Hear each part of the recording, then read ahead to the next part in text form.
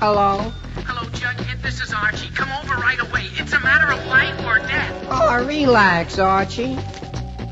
Attention, all true believers. Marvel Comics is on the air. The friend of the unfortunate, enemy of criminals. In reality, Dan Garrett, a rookie patrolman, loved by everyone but suspected by none of being the Blue Beetle. Boys and girls, your attention, please. Presenting a new exciting radio program featuring the thrilling adventures of an amazing and incredible personality. Faster than an airplane, more powerful than a locomotive, impervious to bullets. Up in the sky, look! It's a bird, it's a plane, it's Superman! 10, 9, 8, 7, 6, 5, 4, 3, 2, 1.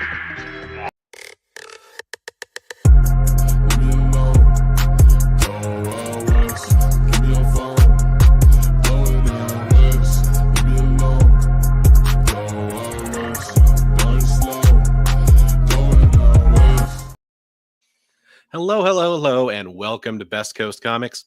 I'm Christopher, aka the Bronze Age Nerd, and I am joined by the legendary Big B McFly, the comic guy. That's him. That's it. As well as a bunch of legends here in the live chat, or that will be joining us shortly as soon as they see the live notification, I'm sure. Before I say hello to people that are in the chat, which we do every week, of course, I do want to take a second to just point out that we are streaming on multiple channels. If you're watching for the first time, I want you to know that we're simulcasting on my channel. I'm Bronze Age Nerd, as I said earlier. We're also streaming live over on Big B McFly's channel, and we are live over on the EXP, which is a fantastic comic book related network with lots of live sale shows and comic book content and all kinds of fun stuff, original art, you name it. Links for all those channels are actually in the description below. So no matter where you're watching us right now, you can go check out the other channels, sub them up, and see some other great comic book content on the other channels. And we are going to say hello to the chat. But before I do that, there's one thing I have to, I have to acknowledge this. A lot of people went out and rocked the vote. And, hey, I was up for an award. A lot of people went out and voted for me. I really appreciate that. But in the end, I lost to a worthy and legendary competitor in the semifinals of January. And another person ended up being one of two people moving on in Son of Crom's comic book collector of the month and then / year, I think at the end of the year, contest that he's running right now. And that person is none other than Big Me McFly. Congratulations, dude. I don't know what happened. I voted for you. And I voted for you. We did the diplomatic thing the peaceable thing. But yeah, no, congratulations, dude. So the way that works is you and Colossus Collector are moving on to the year bracket, right? I think there was some people that qualified from last year that already moved on. So okay. And then there's going to be every month, there's going to be a new group of people shaking out. And then also the people who were nominated again, will again have another rundown in October, I think. So okay. You'll be in there again in October. Against a lot of people probably. But yeah, so I'll need that support if I'm going to be in there again so I can lose to Big B again in the final. No, congratulations, man. I was very pumped to see you move on, and I wish you luck in the final annual contest. I was shocked. So yeah, no, that's really cool. It was close though. It was close. Yeah, it was. I think you won decisively, but it was closer. At least it wasn't a blowout. Let's put it that way. Right there we go. I would have felt miserable. I would have been. It was competitive. Drinking heavily that night. It was competitive, yeah. Speaking of medals, we got to give out medals, and this is actually kind of interesting. We have this running competition between a couple of our viewers to be the first to comment, which is amazing. We love it. GT Key Comic is always first, and at least on my chat, which is what I see when I log into it, might be different on different channels. I see Richard first, and he says second place, but I see him first. He beat at least on my chat, he beat GTK Comic by 10 minutes. 7:12 Yeah, p.m. I've versus got him. 7:22. I've got him in there first, also. Yeah, by 10 minutes. Uh-oh. So I think, if we're playing by our kind of claim sale or auction rules that we've used in the past, I'm going to have to give it to Richard Westfall as first place. The weekly Sydney Sweeney Roy Thomas Award goes to Richard Westfall. And then we got GTK Comic coming in. We love both of those people for coming in here nice and early and giving us those comments. And we love everybody who's joining us, like Psycho Phil. What's up, Psycho Phil? Hey. Welcome to the show. Welcome to the show. Got Derek in here as well. Love to see it. Hey, Derek. What is up? This actually might be kind of a shorter show, and I say that knowing that now we're going to go for about 3 or 4 hours. See, now GTK Comic, that's what I said after I lost to Bigby. No, I'm just kidding. He won fair. He got his supporters to come out, and mine had weekend shopping to go do, which is totally fine. Lords of Brooklyn, how's it going? Salute to you as well. So great. So we are going to get into that, but it's kind of a shorter show. Our main topic that we're going to talk about later in the night is sort of this idea, if you watched our last show, which, by the way, sorry, I wasn't feeling good yet again. I'm kind of dealing with your kids in kindergarten picking up all the gross bugs and passing it to the entire family. And my wife works at a place where she's exposed to a lot of stuff as well. And it just kind of doesn't work out that very well this time of year, apparently. So sorry for the illness last week. But the last time you saw us live, we talked about our favorite pickups and some of our favorite moments from 2024. In this conversation, we're going to talk about kind of what 2024 informed for us, and maybe what some of our goals are for 2025, just kind of as a New Year's resolution, comic book collecting kind of a thing. So we're a little later into January, but it's our first time where we've had a chance to talk about that. So I think that's going to be really, really exciting. So, I see. Yeah, I think that you're barking up the right tree. What's up, Click? Good to see you there. So I think it's gonna be a really fun conversation. We do have a couple news items, kind of ranging in seriousness to talk about, and then we're going to talk about kind of the definitive final update on the community art contest. Finally got the ball ready to roll for that, so it's all going to start tomorrow, and I can show off the bracket and the first posts that are going to go up tomorrow and all that fun stuff. So we'll talk about that as well.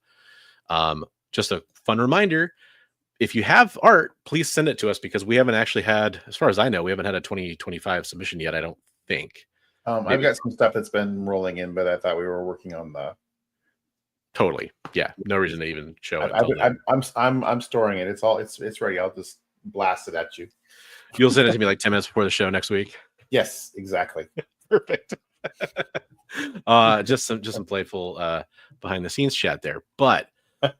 Speaking of non-playful behind the scenes chat, I think we should talk about our first news story, which is just unfortunate for retailers, comic book shops across the country that they've been dealing with ongoing issues with Diamond. So we're going to talk about this. Update comes to us from Bleeding Cool. We have an update from Diamond regarding some of the issues they've been having.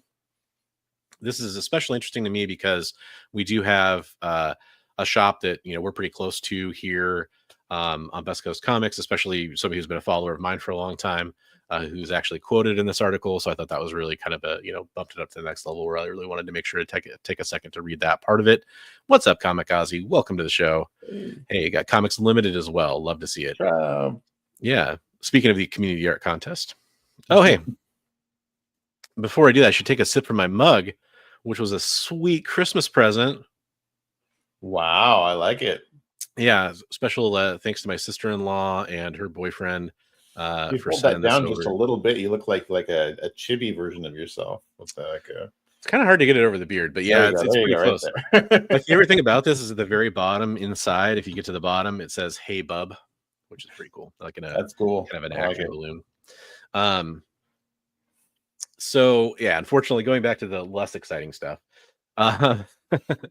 So for those that haven't been following what's going on here, Diamond has had a lot of delays, and they finally kind of stepped out and addressed some of those delays, or at least attempted to address some of those delays. I don't know that the answer was satisfactory for a lot of shops, or basically customers from Diamond. And I guess before I even say that, we have to kind of go, one step further back and talk about Diamond in set the scene about the history of this, which is that Diamond has been losing market share. Diamond has been, Right. they used to be you could say the monopoly almost, or the only player in town for distribution for many years. I know, like back when Big was a retailer, Diamond was pretty much your only comic distributors that you dealt with, I think, right? Yeah, that was the only way you could get Marvel and DC and all the big players, Image and everything else. So you had to go through Diamond. They actually got sued for having a monopoly at one point. So exactly. Hey, shout out to Sycotron. What's up? Good to see you, man. So drinking some kind of it's adamantium laced serum. Actually, it's kind of if you don't like biting into tinfoil because of your fillings, this is even worse. Let's put it that way. You're gonna crack a tooth for sure. Hopefully that healing factor kicks in soon. Dripping that X23 vial in there. Okay, you got my attention again. X23 definitely more interesting. I'm not going to go there. But yeah, so we've got Diamond, kind of was the only player in town. Lunar comes on the scene. DC kind of infamously, goes with Lunar. They've got some other publishers with them now. But also you have Penguin Random House, who got Marvel, and now they have a couple other publishers with them. And really, at this point, I'd say Diamond has the minority of publishers out there. There's still some big publishers that are with Diamond, but by big, I would actually call them, really, to be honest, more medium-sized independent publishers. Right. So what this article talks about is a public statement from Chris Powell, the chief sales and service officer of Diamond's owner, Jeppy Family Enterprises. And we could read the whole thing here. I will say that my summary of this when I read it is that it just isn't. It might very well be true, and it might very well be the reason things are the way they are, but I think it also speaks to a higher level of disorganization than I was expecting from a statement like this. Like, I would expect this to be more cut and dry, but it kind of goes so far as to, there was no true information to share in that time period. I was pleased to receive a status update from our operations team yesterday and to learn of some forward momentum going into this new week. That, I don't know, I just would think that as a chief sales and service officer, you wouldn't really be relying on a status update to make this announcement. You would be constantly involved in that conversation, I would think, to the point where I'm sure you're getting constant updates, not just one update that kind of it's just the wording struck me as kind of like, well, my hands were tied. I couldn't say anything, and now I can. But I think you could have addressed a lot of this beforehand. That's just my opinion and my read on it. So a lot of this revolves around them shutting down their Plattsburgh location. Some information I have on that, some of which, I don't know how much I can share. Some of it I feel kind of comfortable saying that it was not something they had a lot of heads up notice on. I think that's what I'll say from what I've been able to uncover. I don't know if that's like public information or not, but it's what I've heard through sources I have, without going into too fine of details. So that can suck, right? Like if you've got a distribution center and you're a distributor, that's going to be a huge problem for you. If your location suddenly has to shut down, you suddenly have to move inventory. And that's a bigger deal than it sounds like, because you have to create your process for how you're going to stage that inventory, your process for how that inventory is going to come in, it'd be received and accounted for, and how it's going to be, going out. That's going to cause problems. I do understand that part of that, but that's what we already knew. Like, that's old information at this point. So really things like, some weather delays are getting blamed here. Their process is, when they talk about it, it just seems kind of elementary to me. Like, we deal with a much wider selection of products, both print and non-print. And that's true. Diamond does handle, they're not just doing comic books. They're doing, if you look through a previews magazine and you see the statues and the toys and you see the all that kind of stuff that's in there. that isn't just comic books. That's true. They do also have to ship that. That's a little bit different beast than only shipping out comic books or magazines and that kind of stuff. So I give them some credit for that, but that's something, again, that's not anything new for Diamond. They've been doing that for a very long time, right? So yeah, no, that's yeah, they've always been pretty broad spectrum of stuff that they carry. But yeah, I mean, losing their Plattsburgh warehouse is a big deal. I mean, that was very centrally located. It was right next to a UPS hub. Yeah. So I know that's a big blow to them. So, but I remember almost every year, wintertime, you're dealing with storm delays, holiday delays, sometimes getting 2 and 3 shipments in 1 week, and so you'd be missing shipments, and all of a sudden you get 3 weeks worth of books in 1 week. It makes it difficult. Absolutely. And I know this is kind of it's just a very basic article to read, so I'm kind of trying to show you guys the interesting parts as I can here. But they go on to say that the other distributor, they deal with that more than other distributors. This is their process. Retailers who are furthest away from the center are picked first, then the next furthest, then the next, etc. As they are picked, they are packed and then handed off to trucking companies for delivery. Then the process begins again. I'm not like a logistics expert. But I've done some logistics before. Explaining this process in this way is just like, I guess I'm trying not to be too demeaning here. This comes across as extremely basic to me. Like, of course, you're trying to get orders out that are going to go the furthest distance first because they're going to take longer to reach their destination. That's again, elementary is the best word I can think of. It's like shipping 101. It's an interesting thing though. Like, I wonder, like, so does that mean like the furthest away shops got like when a book gets recalled, the furthest away shops would get the books before they get recalled, whereas like the closer ones, like that one, what was the Baby in the Microwave issue, whatever, right? That one got recalled right away. So like some of the books that squeak out the door go to those furthest away shops. That's an interesting thought I never thought of. Like, yeah. But then again, they take longer to arrive. So in theory, if you're operating at full hum, then some of those orders aren't really arriving much later than the ones that are going out, that are going to your neighbors, theoretically. Oh yeah, no, I was just saying that like the farther away shops get things that are either short allocation or are recalled but preferentially, almost not really by default, almost like preferentially, they're getting things that other shops might not get a shot at.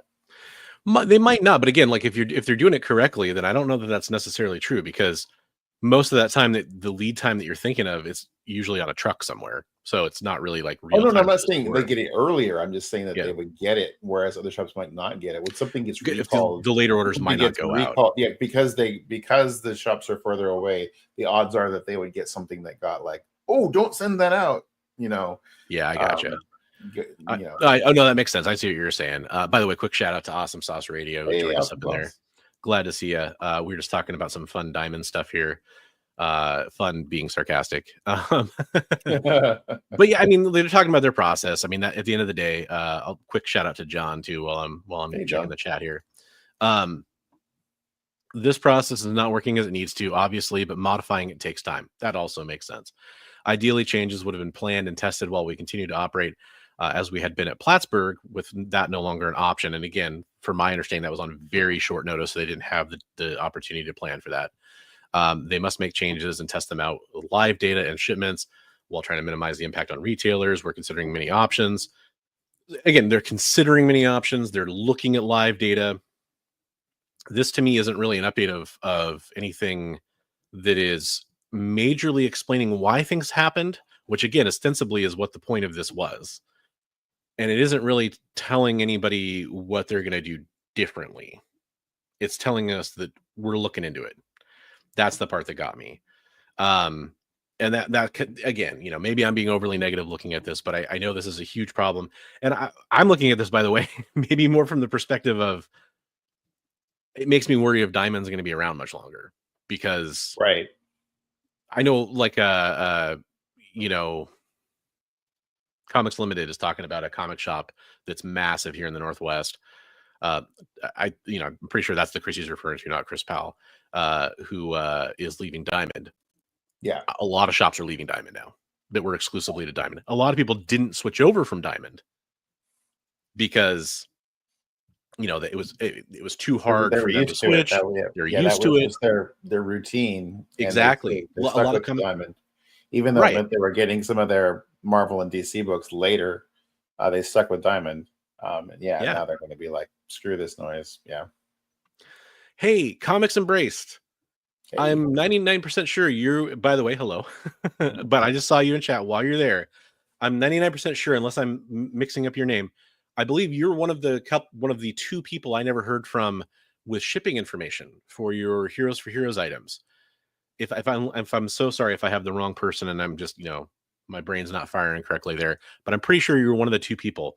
If you can hit me up, my Discord server on Instagram, you can email me. It's thebronzeagenerd@gmail.com. Any Facebook, any way you want to hit me up, just give me your shipping information. I would love to get your comics out to you. So I would appreciate that, assuming you're the right person. If you're not, hello and welcome to the show. If not, hey. Yeah, like Derek says here, might as well say that we put orders in boxes and then very carefully put individual address labels on respective boxes. Right. Yeah. That's pretty funny. Yeah. Oh, that mute didn't work correctly. Sorry for that. You muted before you coughed, and then you The one thing I don't like about this newer microphone I have is it's a capacitive button for muting. And so I have a tendency sometimes if I tap it, it'll kind of double tap and turn right back on. So I was trying to cough all discreetly there. Still kind of getting over the last parts of my cold. I'm 99% fine. It's just I have a little lingering cough, which is what I said last time, and I got sick 2 weeks later. But here's the last thing I want to read about this, and we'll kind of move on. Okay. So this is Route 66 Comics, which is a awesome store in Sapulpa, Oklahoma. The guy who runs it, he goes by Boba Fett, not Boba Fett, but Boba Fett. He's a huge Star Wars fan, and he's kind of almost an expert in Star Wars lore, especially the comics. Really cool guy. He actually is the store manager of this location. And he reported to media outlets like Bleeding Cool here, as well as to Diamond, by the way. He also contacted Diamond. He wasn't just, complaining or anything like that. But he did have to point this stuff out. I wanted to read this because Route 66 Comics, friend of the channel. In fact, so much that if you watch their Whatnot streams, you will see a Bronze Age Nerd t-shirt on the stream rather often, which is pretty cool. So just a huge shout out to them. A lot of shops here are talking about their experiences. But he says, to all our customers regarding books from publishers distributed by Diamond, these currently include Boom Studios, Zenoscope, Dynamite, Massive, etc.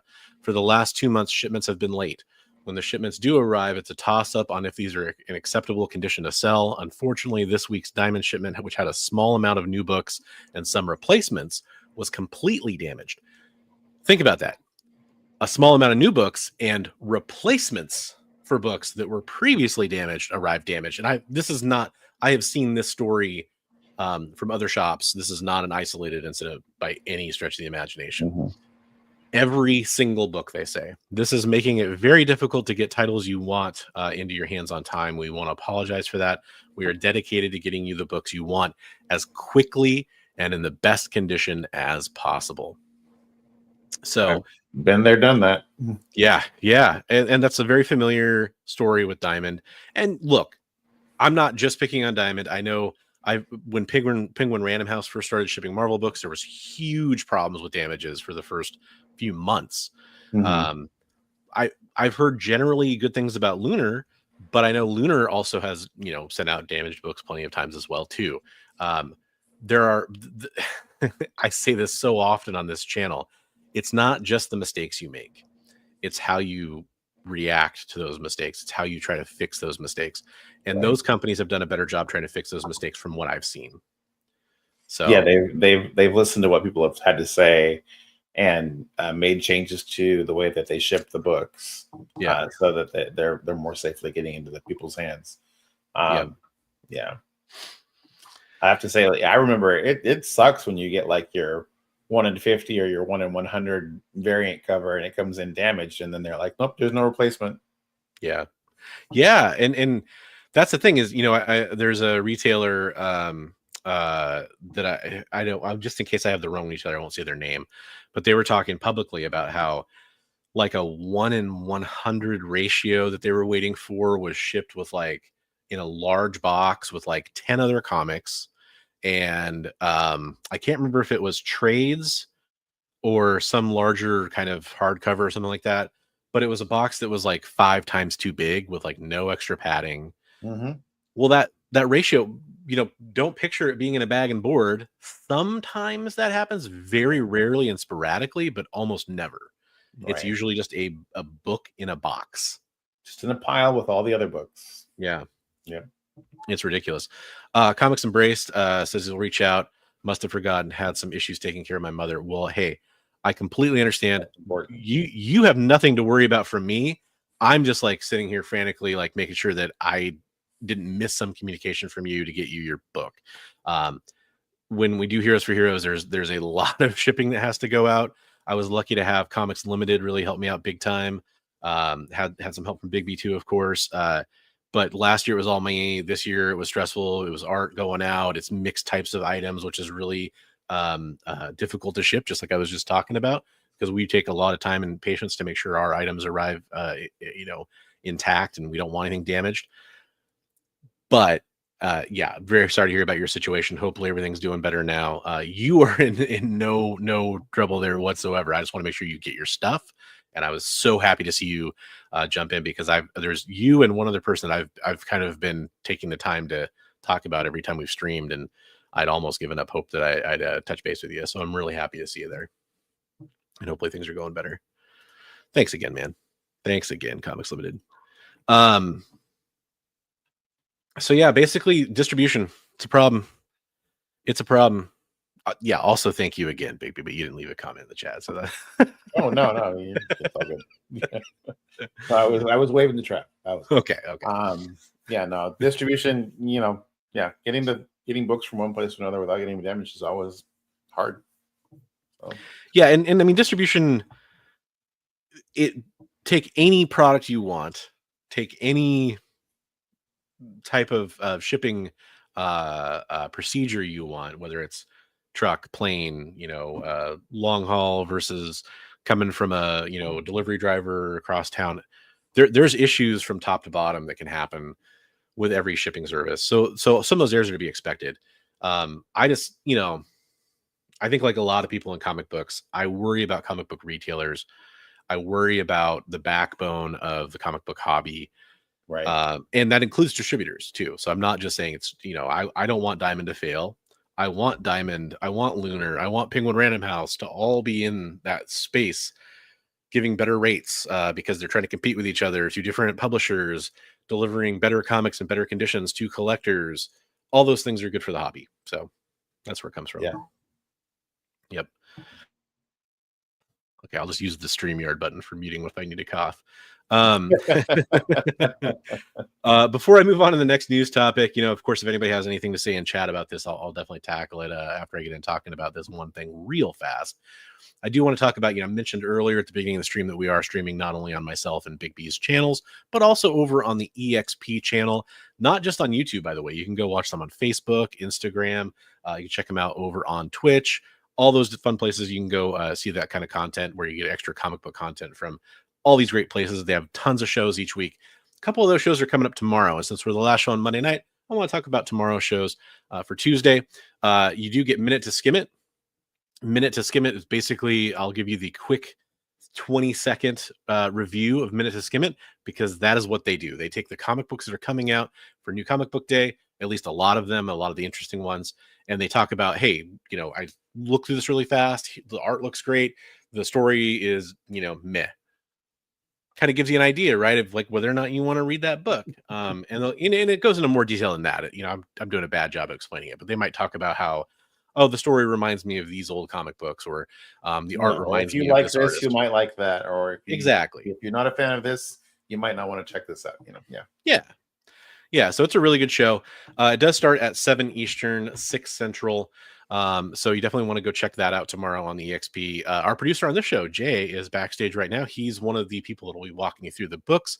Also, my old co-host from Devil's Advocates, Kyle, is going to be on there, as well as Jen from Space Cadet Comics too. So you definitely want to go see what's going on with Minute to Skim It. It's one of my favorite shows on the EXP.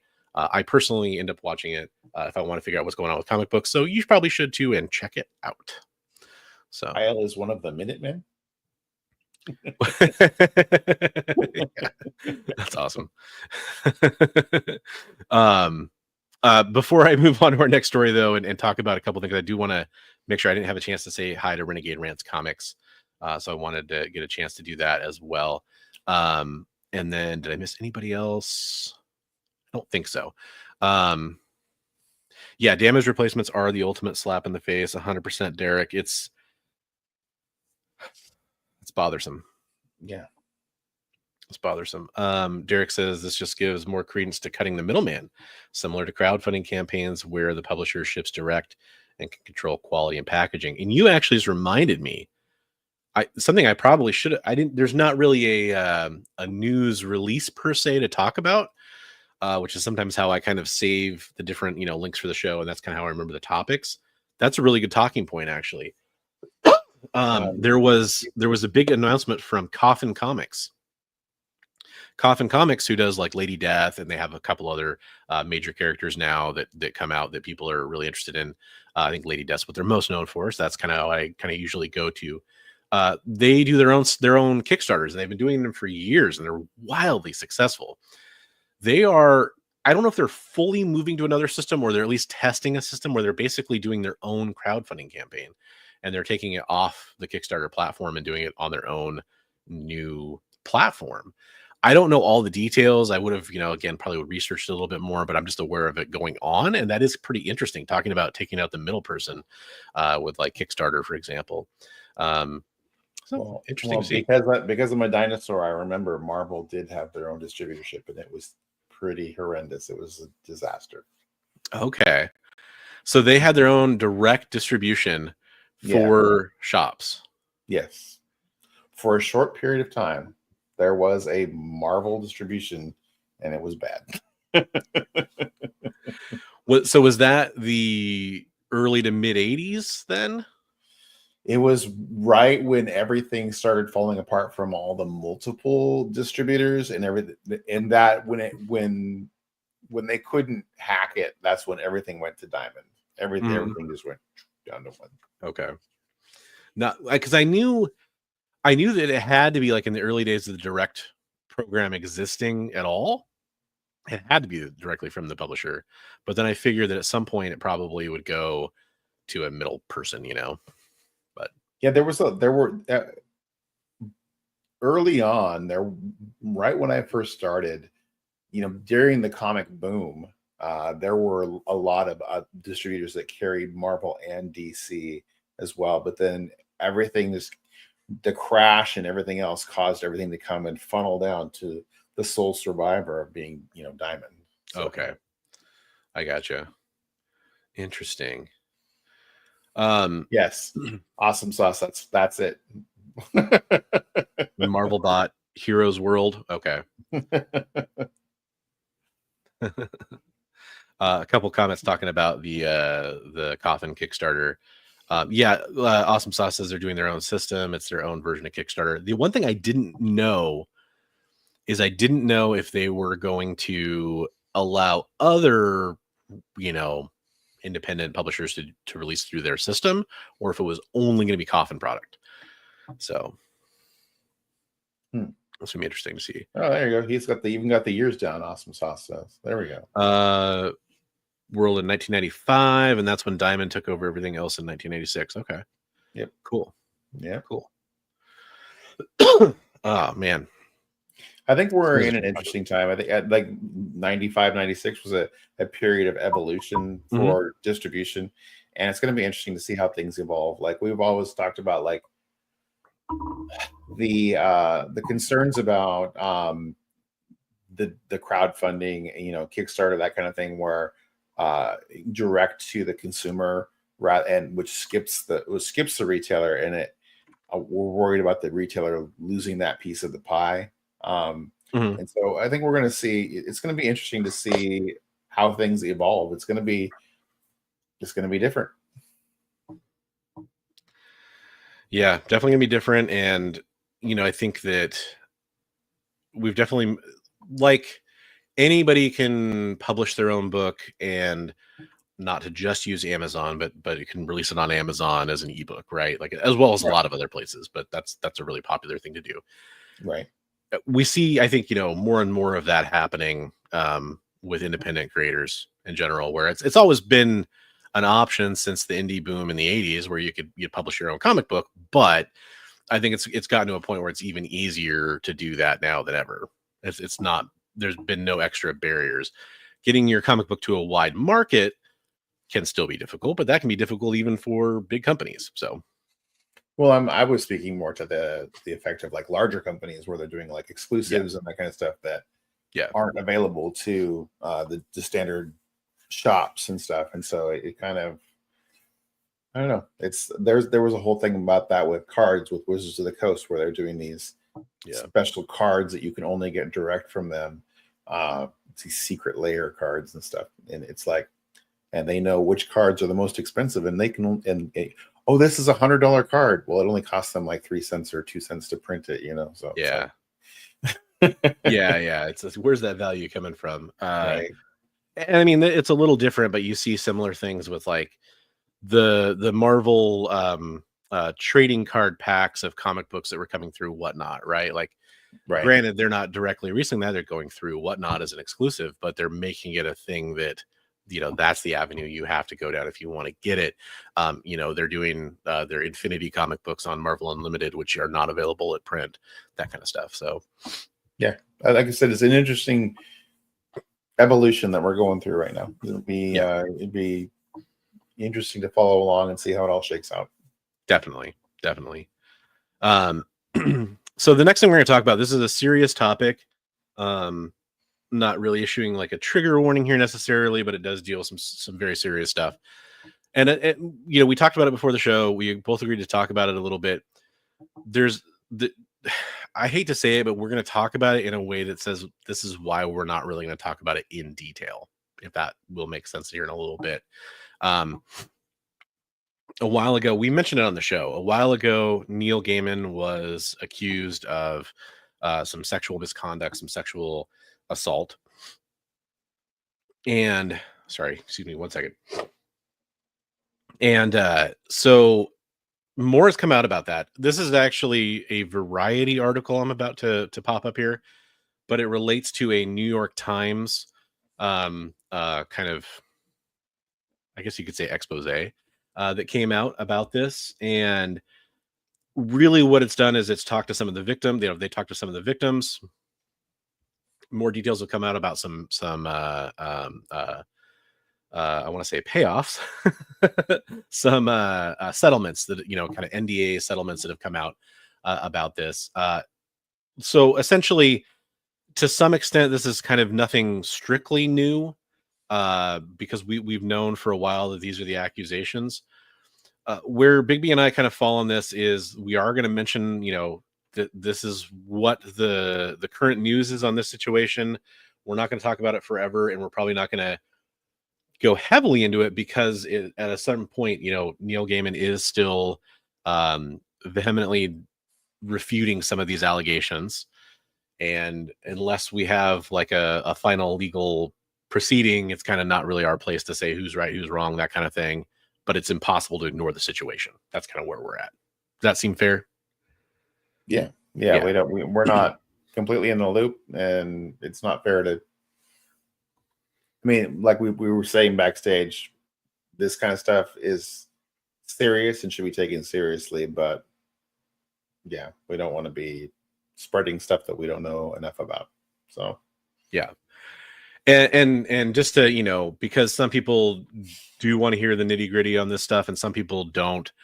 I'm not going to read necessarily the individual things that are accused in here. However, safe to say that a lot of it involves BDSM. A lot of it involves some pretty graphic stuff. If you do want to read about that, I highly recommend going to either it's behind a paywall, but you can go check out the New York Times article, or this Variety article I'm linking to has all that in here as well. If you're kind of curious, what the actual specifics of those are.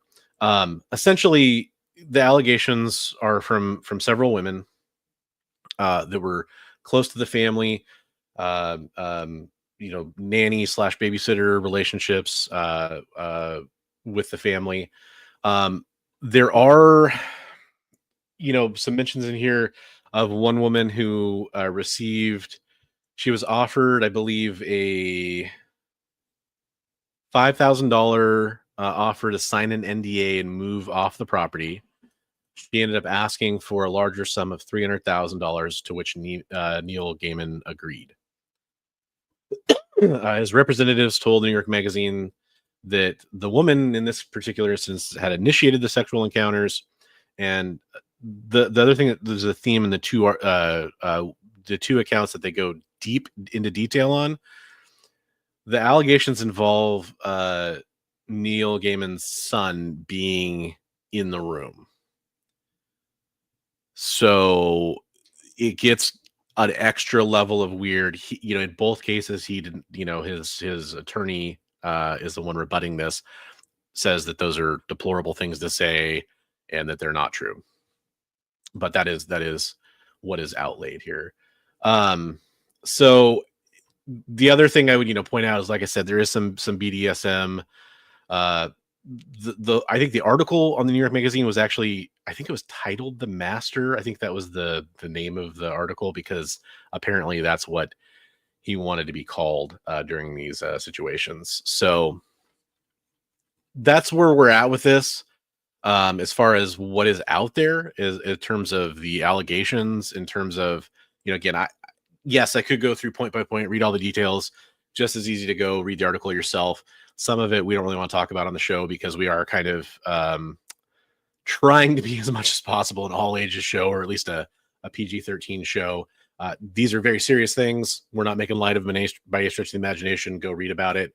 But we don't know the definitive truth of the situation. I'll just tell you how I personally feel about it. It's similar to how when the allegations came out, it rings of enough truth that I probably feel he's probably guilty of at least some of this behavior, some of which is very alarming. And it is one of those things that I've had to kind of do over and over again in my life, which is not get too close to your heroes as far as, holding them up, because you may be sorely disappointed in some of their actions later on. Luckily, I do try to separate art from artist, but at the same time, we don't know the full truth. That's kind of where I'm at with it. These things are tough, and they're really brutal when you have somebody that you really hold in a high regard that, becomes accused of some of these things. I'll say that Neil Gaiman is on a very short list of people that I hope that would never happen to. Like if Stephen King is another one, for example, is another like literary hero of mine that I'd never want to read anything like that about. Because it is brutal to have it happen and be faced with.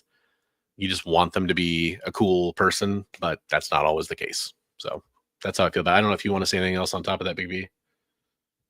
No, I don't feel like I'm well enough versed in what's going on to really speak too much to the topic. So it's like, yeah, like you said, just disturbing to be reading what's going on with it. So yeah.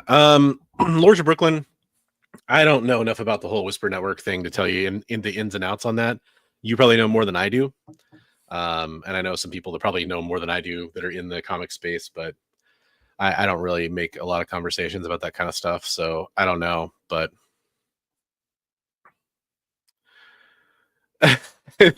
Awesome Sauce. If you want to do an adults only show with you, just let you know. If we specifically market it that way, I might be interested in that. Awesome Sauce. We'll definitely have to talk. Yeah, like I try to make it pretty obvious when we're doing those kinds of things, but at the same time, it's like I think this information's out there. Definitely go read it. Definitely go make your own decisions on how you want to feel about it. And yeah, I think it's pretty serious stuff though. But yeah, let's see. So other news things that we are going to talk about Creature Commandos. However, we're going to talk about not like, we're not going to be like, and then this is the Easter egg, and then this happened, and then there's this. What it's not going to really be like that. But considering that some people probably aren't done with that show, we're going to push that to the end of the show. Just kind of give everybody one final chance to dip out if they don't want to hear that conversation. But we are going to talk about our reactions to it, a couple things that we kind of were talking about a little bit. But yeah, it is definitely a cool show. That's all. I mean, that's the complete spoiler-free review from me. Cool show. And then we'll talk about it more in detail. Enjoyed it. Yeah. The next thing we're going to talk about, complete shift of topic. In the last show, I threatened to talk about an eBay purchase I made, kind of an eBay, basically following along on a lot of that's going for really low from the same seller, and they have a bunch of auctions ending on a Sunday, like within a 2-hour period. I just followed along, and I ended up scooping up some really cool stuff. So I'm going to show that off here in a minute. But before I go too far along, I really want to talk about where we're at with the community art contest. In the last show, we chose our finalists. We're down to the 12.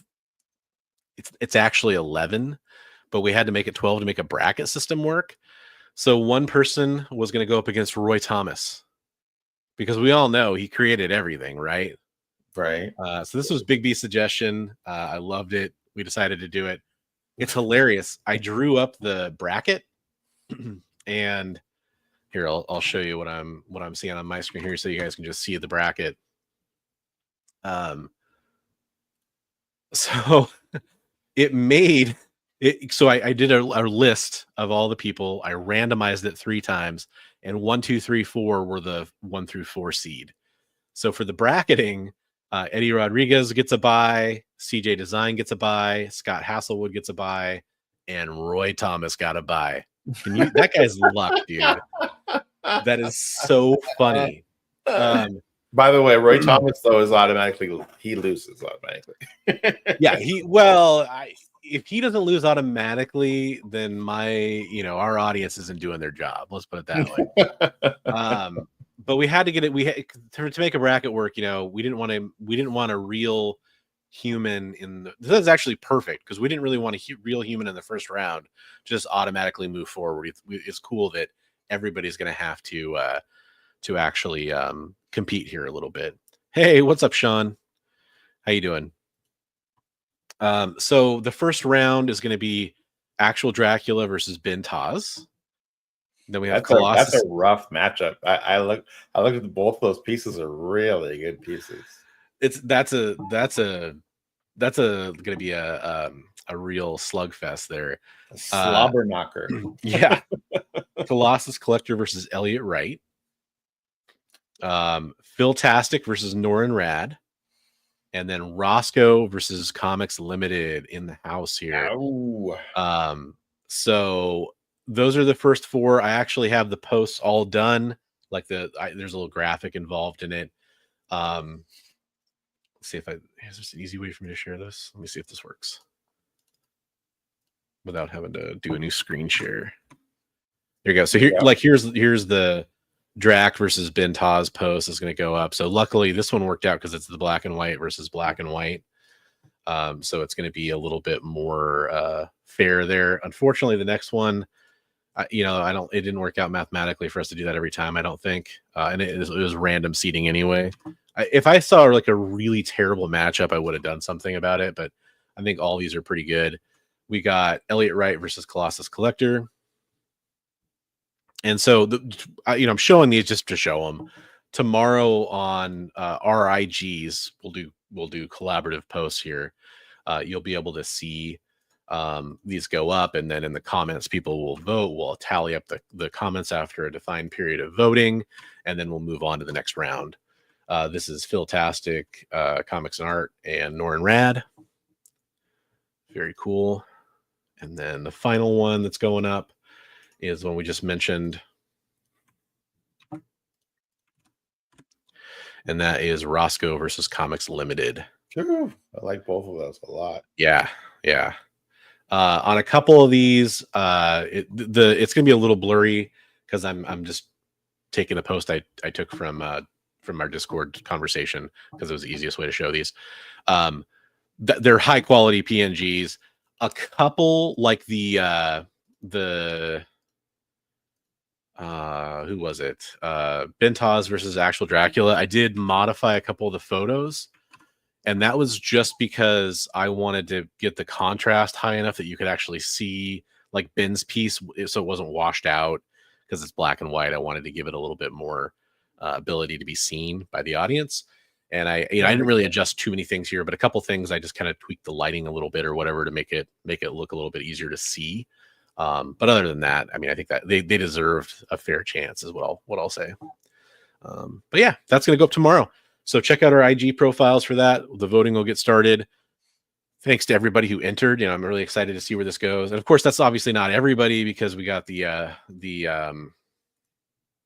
let's see, Eddie, CJ Design, and Scott Hasselwood, who and Roy Thomas, of course, who weren't even part of that. Speaking of Scott, real fast, I'll just show this off. He sent me his pieces from Heroes for Heroes, the community art stream. So I just want to show these real quick because they're cool. So I won 2 of the pieces. That's the first one. Wow, that's cool. I like it. Yeah. Even better in person. Yeah. Then this was my favorite of the 2 that I won. I love that one so much. That one is awesome. And then the one that he has in our contest was my actual like favorite. Unfortunately, I didn't win that one, but I still love it. Is that the flower, the one with the flower? Yes. Yeah, exactly. So Scott sent those. He also sent like a little comic too that I'll show up on social when I make that post.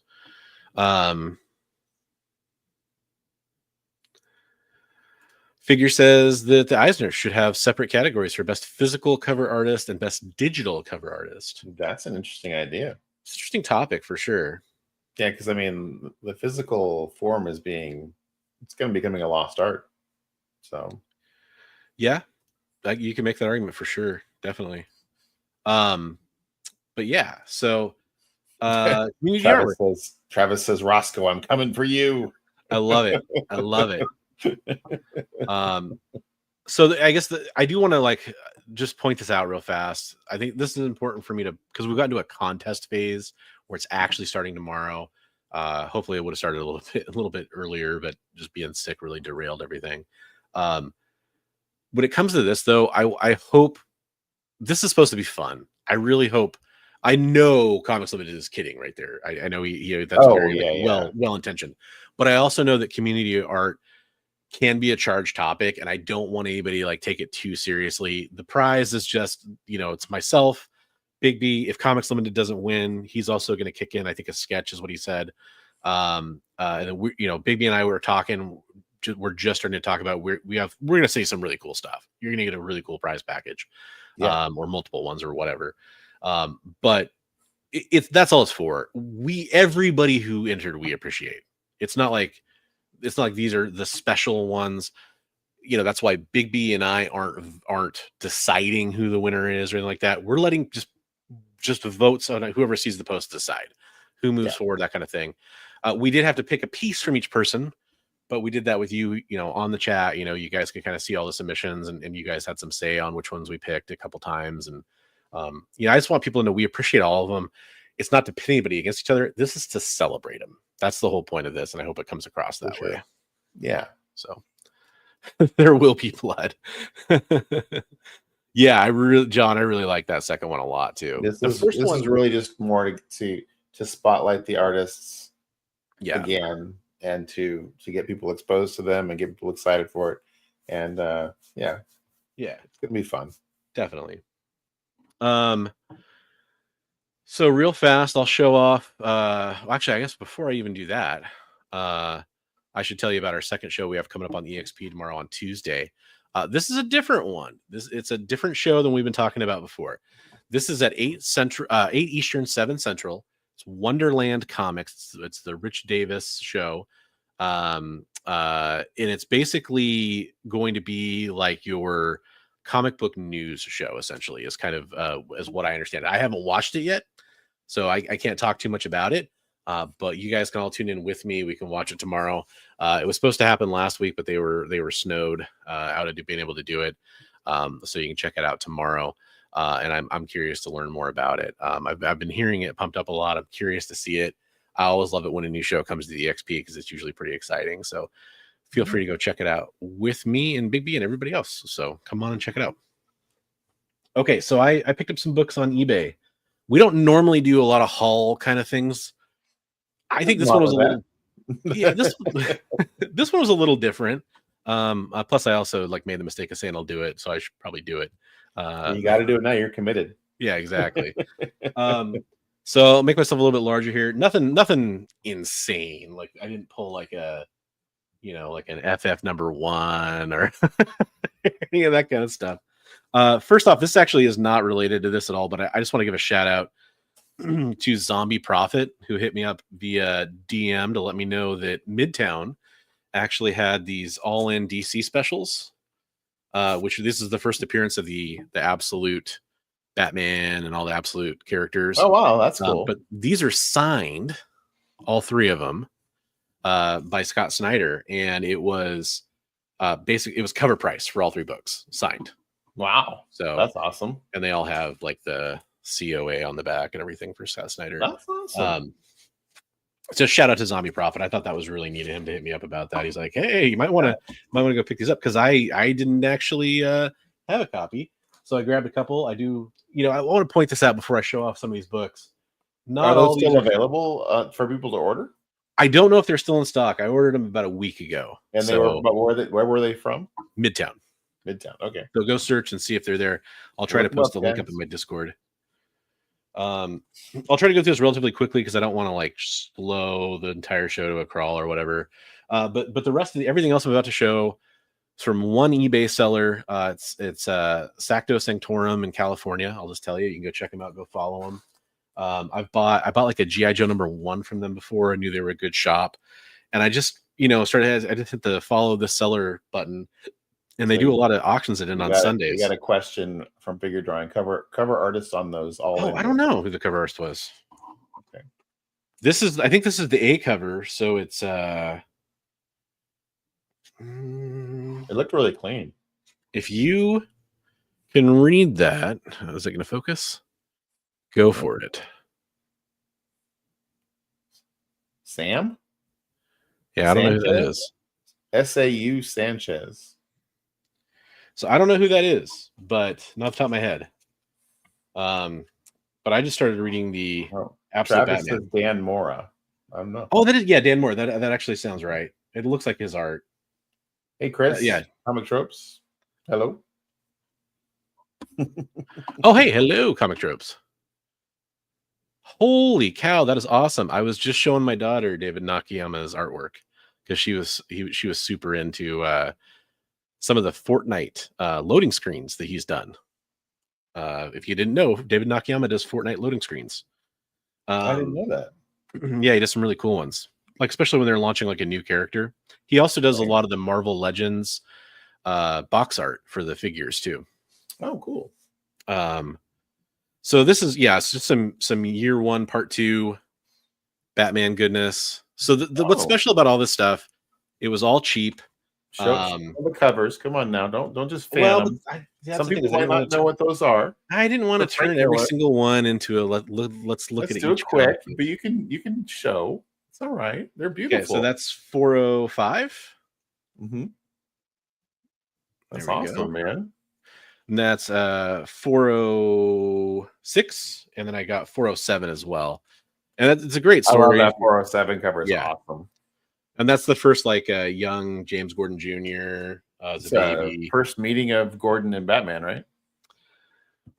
In like the new in the new storyline, new storyline. And then one of them's the introduction of Selena Kyle. I think that's 405. I want to say, as Selena Kyle as Catwoman. Just they're cool books. I've already got a set of them, the whole set of it. But look, I'm doing a show. We'll talk a little bit about my 2025 goals here coming up. I'm doing a show in spring, so some of these I was like, man, this is just good stuff to stock up on, because I don't have a lot of Batman to sell. I don't have a lot of indies to sell. I don't have a lot of Bronze Age to sell. So thank you very much for the correction there. I was worried I got that wrong. Wonderland Comics is a sales show. Rich Davis is a comic book writer as well as a store owner. You may know him from the Cult of Dracula series, which is a good series. Okay. Yeah. This was really cool. It's a fourth printing, but Chew number 1. Very cool. Fine. Yeah. I thought that was really neat. Signed by the writer. Great book. Yeah. And again, some of these are not things that I normally would have bought, but it was like I couldn't turn them down.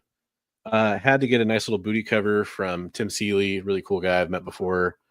Hack Slash, great book. Yeah, he's a cool guy. Everybody knows he's an awesome dude.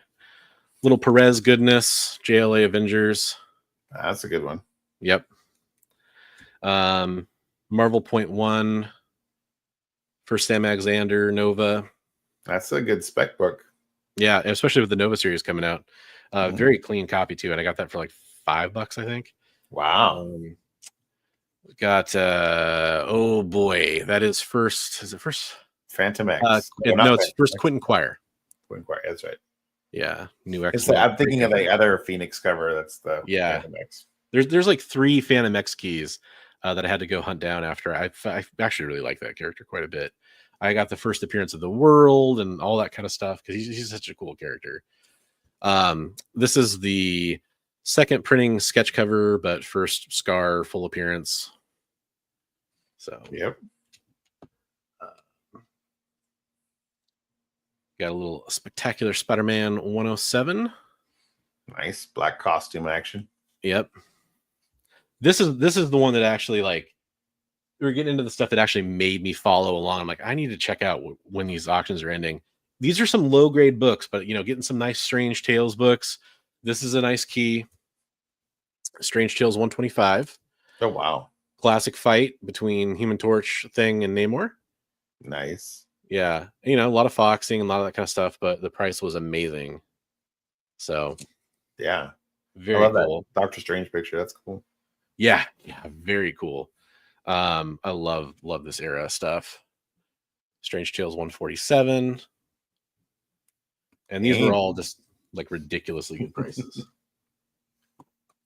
Love this book. Love the cover of this. Oh, that's cool. Love it. Yeah. Beautiful. Not a key, but still just glorious.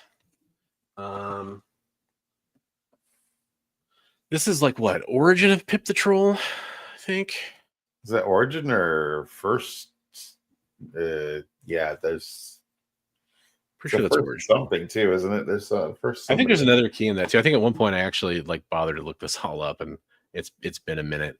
Let's see if I have my list still here, because it's probably more annoying than me saying like, oh, what was this? So that was Strange Tales 181 is second Gamora and second Pip the Troll. Okay. Not a key, but I think it was like literally $2. Submariner number 10. A little Silver Age Submariner. Yeah. This was one of my other ones that really made me watch, though. Submariner 50, first name Marita. Yeah, there we go. And that is pretty good shape, too, actually. Like, I'd call it high mid-grade. That's clean. Yeah. $2 couldn't I'm a sucker for this book. Reintroduction to Supergirl. Oh, yeah. Great book. Let's see. Tales of Suspense 76. First Sharon Carter cover and first Ultimo.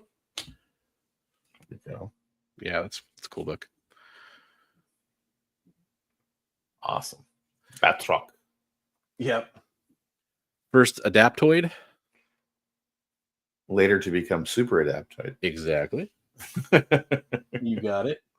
And then this is first Ogre, OGUR, first Ogre. Nice. For, that's an early Thor. Yeah. Yeah. Wasn't he like 120 something? Was his first issue like 126 or something? That sounds right. You're in the right ballpark for sure. Nice. You actually mentioned this comic book recently when you're talking about. That's my Christmas comic. Yeah. So nice high grade Web of Spider-Man newsstand #1. That's pretty cool. And then this is my third favorite pickup from this, a really high grade copy of What If #1. There you go. That's nice. 9294 probably. So let's see. First Kate Bishop cover and her costume. Young Avengers #9. That's cool. I love is that Chiang? Is that the artist on that? Good question. Jimmy Chiang. I think it is a Chung cover. Yeah. I think he was doing all those around that time. Yeah, I love his art. I think that's making sure there wasn't something else hiding in here. It was part of that haul. Batman Shoe Hack Slash. Yeah, I think that's it. But yeah, a pretty good little pickup. Nothing super crazy. Those are some cool books. I thought it was a pretty nice day. I was pretty happy. So there is more of a reason for me talking about this. And I teased it earlier and we'll continue to talk about it, but I have to reintroduce the main topic of the night before I talk about it. So keep that under your hat for a second. Why am I buying some comic books that I clearly wasn't necessarily seeking out for my personal collection? I basically already said it. Hey, what's up, Pearl Aquamama? What if Spider-Man had a hard time finding a bathroom? Pearl Aquamama, that's my sister. Oh, nice. Hello, welcome to the show. Hello, Heidi. It's in New York City. Everyone has a hard time finding a bathroom. Kid Omega is awesome. Inquiring. Hello, Christina. Inquire does need more love for sure. Oh, hey, Christina. Thank you very much for pointing out Christina. She's just posting along, like putting our channels up there and everything, Well, I missed so much of chat because I was focusing on grabbing books, but yeah, it's one of those things where it was just fortuitous. Yeah, that's awesome, buddy. So yeah, cool stuff happened there. I mean, it goes along with like one of my things for the year too. So yeah, a few things in here that are definitely for the PC, by the way, like that Submariner 50, the What If one. Those are for me. But a few of these things in here are destined for sale. And why am I talking about that? Well, we talked about what happened in 2024. I think the new year is a very natural time to talk about what you want to do as far as New Year's resolutions. And I think New Year's resolutions for a lot of people are very stereotypical things like, I want to lose weight. I want to quit smoking. I want, those are the stereotypical examples, right? There's nothing wrong with that, by the way. You do you. For me, as a collector, as somebody who has a hobby like comic books or a YouTube channel and where I do comic book content, I actually have reasons why the new year matters in a different way. I like to reevaluate my situation with those hobbies, basically, and kind of talk about what happened last year, what did I learn, what do I want to do differently for the following year. And that's kind of what we're going to do live for everybody here a little bit. Talk about what did we learn, what was different than we expected, what surprised us, and how is that going to inform how we're going to act differently going forward. So Big B, I want to turn it over to you. What do you think were the big takeaways for you for 2024 that you think are going to matter when it comes to looking forward? Well, kind of like rolling this into like kind of like goals / take what I learned from 2024 and what it makes me want to focus on for 2025. Like when we showed our hauls or what we got, it may not seem like it, but I don't feel like I maximized all the opportunities that I got. I want to do a better job of taking advantage of the opportunities that are presented to me. I feel like a lot of times I hem and haw and I sit on the fence on a lot of things, and I don't always pull the trigger when I should. Okay. And so I want to do a better job of like taking advantage of opportunities of things or making quicker decisions, I guess, rather than. Do you want to be more aggressive?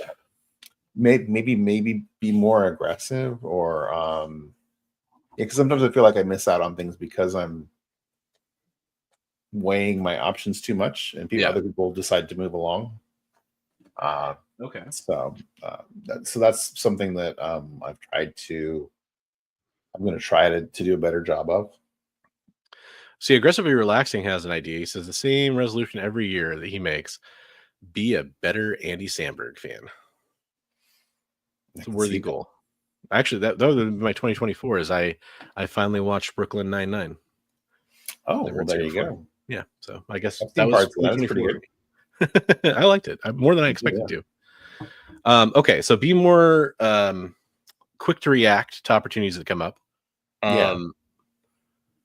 Is there one example that you're willing to share that happened that makes you that was like kind of a regret that makes you want to do that differently going forward? I recently was hemming and hawing on a deal that included a giant size X-Men #1 and a Marvel Spotlight 5, and this person decided to move the GSX before I pulled the trigger. So gotcha. Okay, so that's interesting. I can make a joke. I endeavor to be in the situations that you find yourself in 2025. Yeah, and I don't want to rehash this territory too much, but you had such an amazingly successful 2024 in my eyes, and I know you, like you just said, there's some opportunities there, but you for a comic book collector, we're talking about the comic book collecting part of things. I mean, you just slam dunked it, man. Yeah, there was some good opportunities that came up, and I did. That's what I was saying. I didn't want to sound like ungrateful for the opportunities that I got and the how well last year turned out. I just want to make sure that I do a better job of it. And it's not always necessarily like super big deals or anything either. A lot of times it's like moving some smaller books that I have that, I have an opportunity to do that. And I just don't capitalize on it, or, and there's some other things like, you mentioned like a lot of people like goals are like weight loss and stuff. One of my goals for the year is health and stuff. A lot of times I wake up on the weekend and I'm having like a lot of back pain and stuff. And like that doesn't make me want to go down and work on my books and get them organized and do the best thing I can. So I want to try to do a better job of like taking care of myself so that I can then be more productive. And that curtails into, I want to be, one of my big goals for the year is to be more productive and organized, and making use of the tools that I have, and doing more like claim sales with you and that kind of thing, or what have you, to try to have the hobby fund itself and generate income that way. So just to be all around better organized and more motivated and more focused and more quick on the trigger. Okay. You had a couple, I had a couple questions come through while you were talking. So this is the first one that I want to point at you. Agu, shout out to Agu out there, by the way. Comes in and asks, do you use the sleep on it for 24-hour rule? Probably I use the sleep on it for more than that, and I shouldn't wait so long. Gotcha. That's a lot of times I like to bounce things off of my friends and get their take on it. And so yeah, I gotcha. The other question came through, I think this is probably more for both of us, but what's your next comic book convention? Also in the chat, let us know. Comes to us from Comic Tropes. I'll answer first. I haven't decided yet if I'm going to Fan Expo in Portland.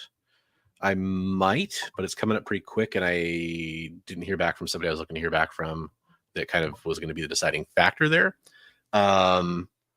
So gosh, there's really, what else is there in the area? Frankenstein, Washington. Well, yeah, that's true. Yeah. And I will be talking about that pretty quickly. It's not really a convention though. It's kind of, it's just convention. It is, but it's not in a convention in the sense that people usually think of a convention these days. It's a comic show in the truest form of like. Oh, comic show. it's a comic convention in the form of like the kind of comic conventions that I normally would want to go to. If you added in a few more creators, it would be amazing. But Yeah. yeah.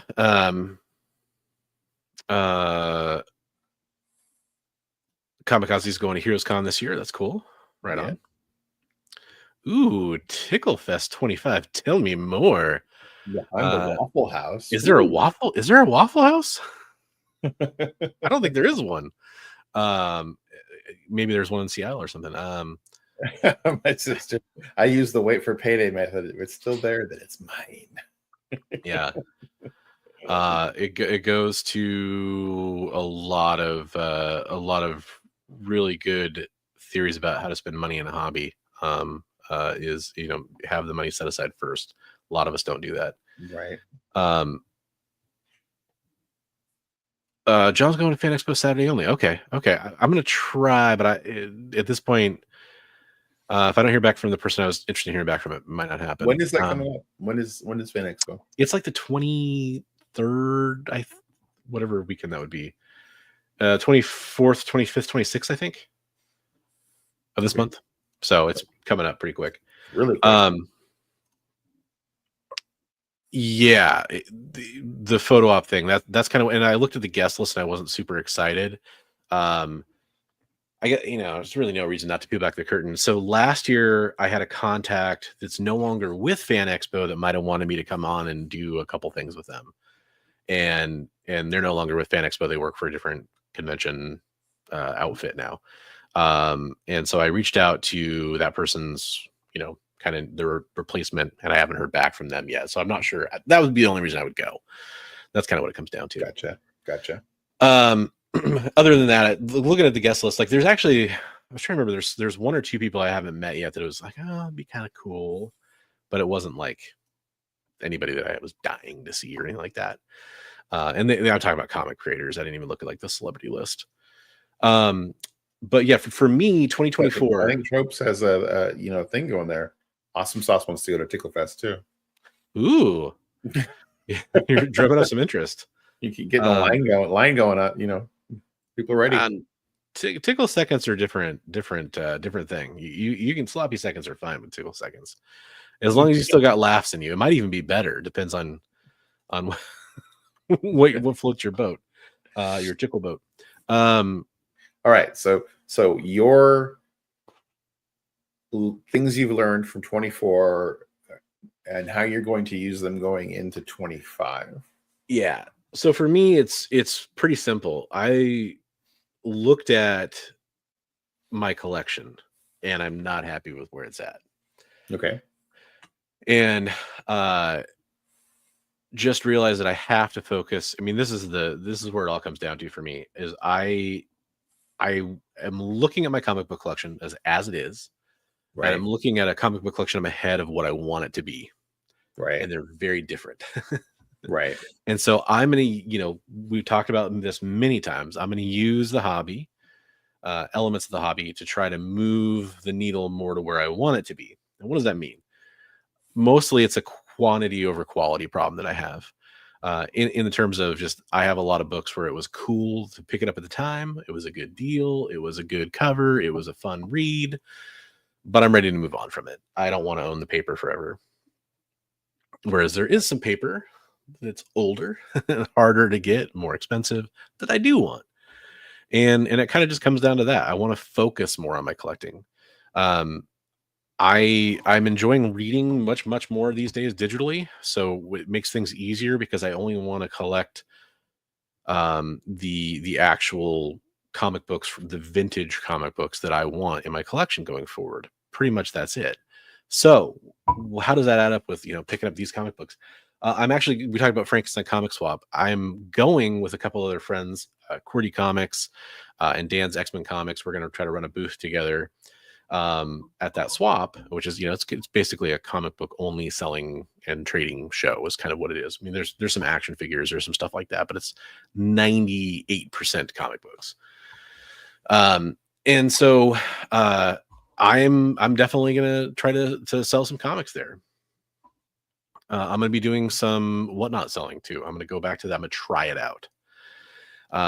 And I'm literally thinking about, like, I might even pick a week where I might run like every day, like, noon or something like that, or 1 p.m. or something, just do an hour-long show. It's the Frankenstein Comic Swap in Portland. It takes place twice a year. They usually do it around St. Patrick's Day and around Halloween, although it's never exactly on those days unless it lines up with the weekend. It's a one-day only show. It runs all day. If you come in early, you got to pay $1 to get in. If you come in later, it's like free to get in, right?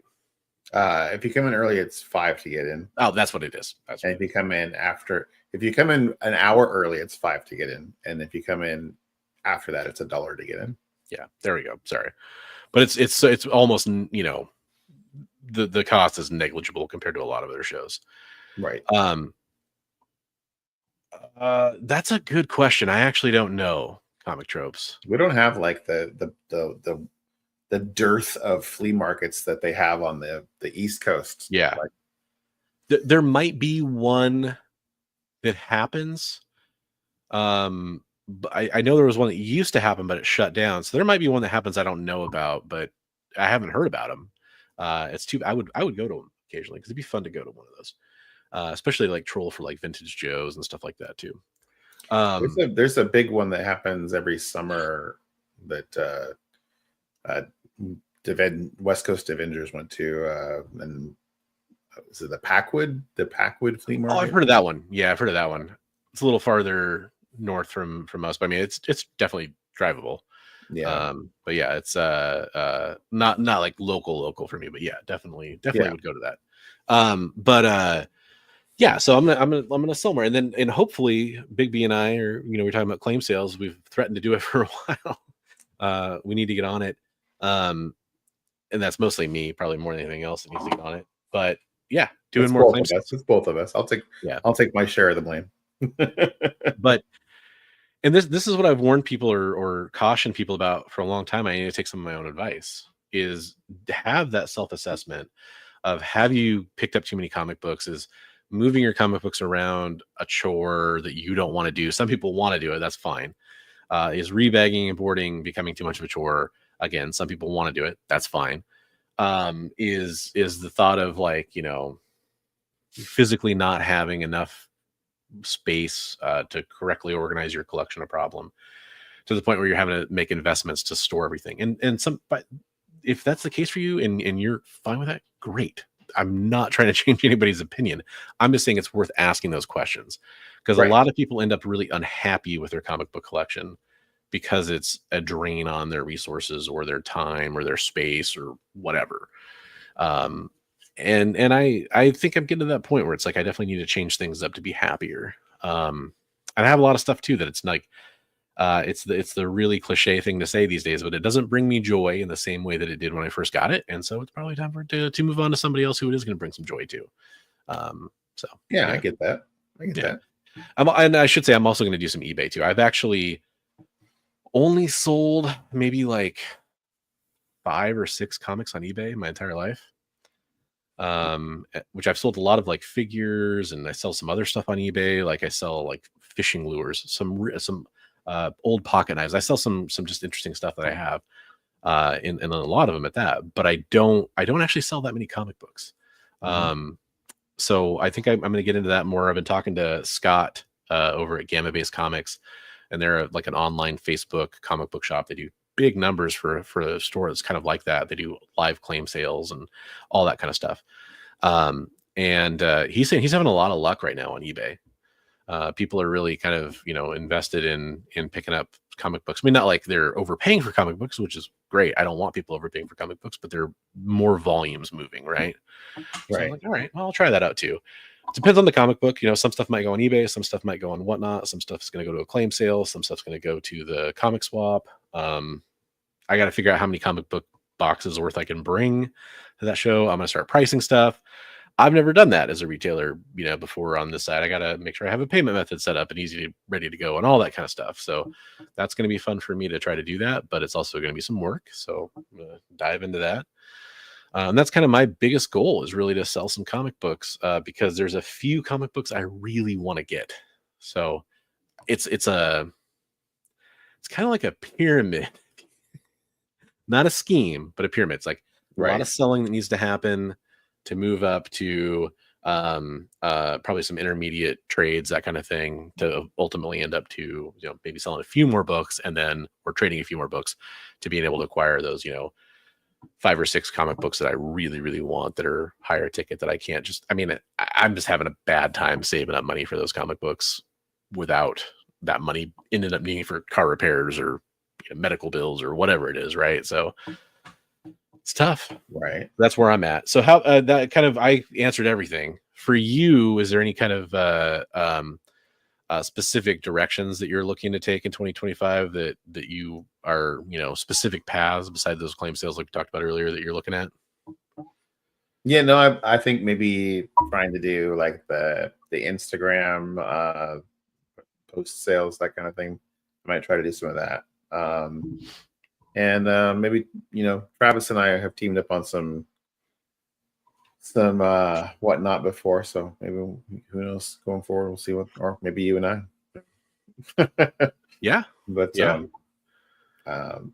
definitely trying to do a better job of managing the resources that I have and making use of them. Figure says I'm shaming 75% of my odds. It's true though, because I've pointed this out in videos before, and it's some tough medicine for some people to hear. So, yeah, no, I mean, yeah. The show's in Portland, Oregon. It takes place at the Lloyd Center Mall. I wouldn't personally say it's probably not worth traveling from New York to, which is also to say that I know people who have traveled to the show have liked it. You might want to, if you were something else was bringing to the area, maybe you would have a fun time like lining those two things up. But I have a feeling there's things that are similar to this that happen in New York, whereas it's kind of unique for this area to have something like that. It used to be more common, but it's definitely unique now. We just don't have as many opportunities for things like that, especially. I think there's maybe some more of that stuff in Seattle, but I feel like in the Portland area, there's plenty of shops and stuff, but there's not a lot of like small shows. They're super comic focused, like, which is funny because of what Comic Trips just said here. There's a lot of comic tubers in Washington, huh? There really is. There's tons of us, tons. Right? Something in the water. And like the funniest thing is some of the most famous ones, really. Yeah, with that guy. Yeah, like Comic Trips. But yeah, it is crazy how that works. So yeah, I think that's a big part of it. I do have reading goals too. I really want to read more comic books in 2025. That's a big one for me too. It's been very like boom or bust for me for reading comic books. Like I'll go through a period where I'm just like reading a ton, and then there'll be like weeks or a month where I read nothing. And it's really bothering me. Like I want to read, and it's not necessarily brand new stuff, but I really want to read more current stuff as part of that, because I have been reading a lot of older stuff. And I need to figure out how to carve into a little space for myself to do that, for my own sanity. Because, part of the thing I say at the end of my recorded episodes, the read comics every day thing, is because of, not to be too cliche, but a little bit of mental health, which is like reading comic books helps me. It helps me a lot. And people have their different things like video games or whatever. And I have some of those too, but it's really two things relieve my stress and anxiety more than anything else. It's building Lego sets, which is something I discovered later in life, and reading comic books. So that's cool. Yeah, that's really cool. Yeah. Yep. That's another one of my goals, to do more of the creative outlet stuff for me, because I just don't focus on it enough, and I get so wrapped up or worried about other things that I don't allow myself to do more of the art or creative things that I want to do. Absolutely. You guys are so great in the chat. I want to bring up a couple of these things. Yeah. In the chat. I hate to get a little off topic, but at the same time, it's totally fine. Like we've said many times, you guys are as part of the show as we are. Awesome Sauce wants to know, is Emerald City Comic Con worth the trip? And I will tell you, I've never been to it. I've never been to Emerald City. I've tried to go a couple years and had really bad luck timing things come up that prevented me from being able to go. And both those times, people I knew that went said it wasn't worth going. So I think it really depends on what you're going for. I think it has more value, like something like there's a big show here. I don't know if it's still called PAX, but they did like gaming and stuff. Yeah, like PAX that. is the gaming one. My sister says it is worth going to. She goes every year. Okay, that's cool. Yeah, I mean, it used to be. I think you'll see different opinions from different people. This is the thing that I think is true for a lot of people: is it's not very. If you're going to look at comic books and buy comic books, from what I understand, and again, I haven't been there, so I can't categorically say this, it's probably not the best one. And honestly, Rose City, which is a con that I actually really like in a lot of ways, more for the people that I know that end up going to it, and the access you get to creators that are there because they're not necessarily as swamped as they are at some other shows.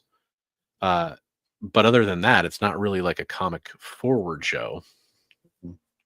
So I agree with Agu. SummerCon was better than them from my experience. I went to Emerald City years ago. Yeah, SummerCon was great compared to. So, and that goes right in with what Razor Ramen saying. Would you recommend Rose City or Emerald City? Would come from California and looking for focus on comics over pop culture. Then you want to go to SummerCon. Or honestly, if you're focusing on comics over pop culture, you might want to come to Frankenstein too. Frankenstein's amazing, especially if you're digging for deals. Yeah, if you want if you're looking for tons of comic books, and the thing about Frankenstein is there's a few shops there for sure, but it's actually mostly, a lot of the conversations I have are with people that maybe they pretty much sell on eBay, or maybe they just go to a couple shows, and Frankenstein's one of them. There was a dentist I was talking to. He's just a dentist. Like, that's his job. That's what he does. He goes to the Frankensteins, and he goes to one other show he told me about that's mostly a toy show that takes place in a hotel. I wish I could remember what it's called. He said it's mostly a toy show, but he said there is some comic books there too. That's all he does. Yeah. It's a lot of it is like individual collectors liquidating, like we were talking about, liquidating the stuff that they picked up over the years that they just, like you said, they got joy out of at one point, and now they're looking to get joy out of something else. So they're moving along a lot of their stuff at a really good deal. Yeah. Yeah. Oh, Comic Trips has a really good point here about Emerald. The convention center charges retailers a fortune to use their loading dock or their union workers. So that's a big part of what it is. Okay. That makes sense. That makes a lot of sense.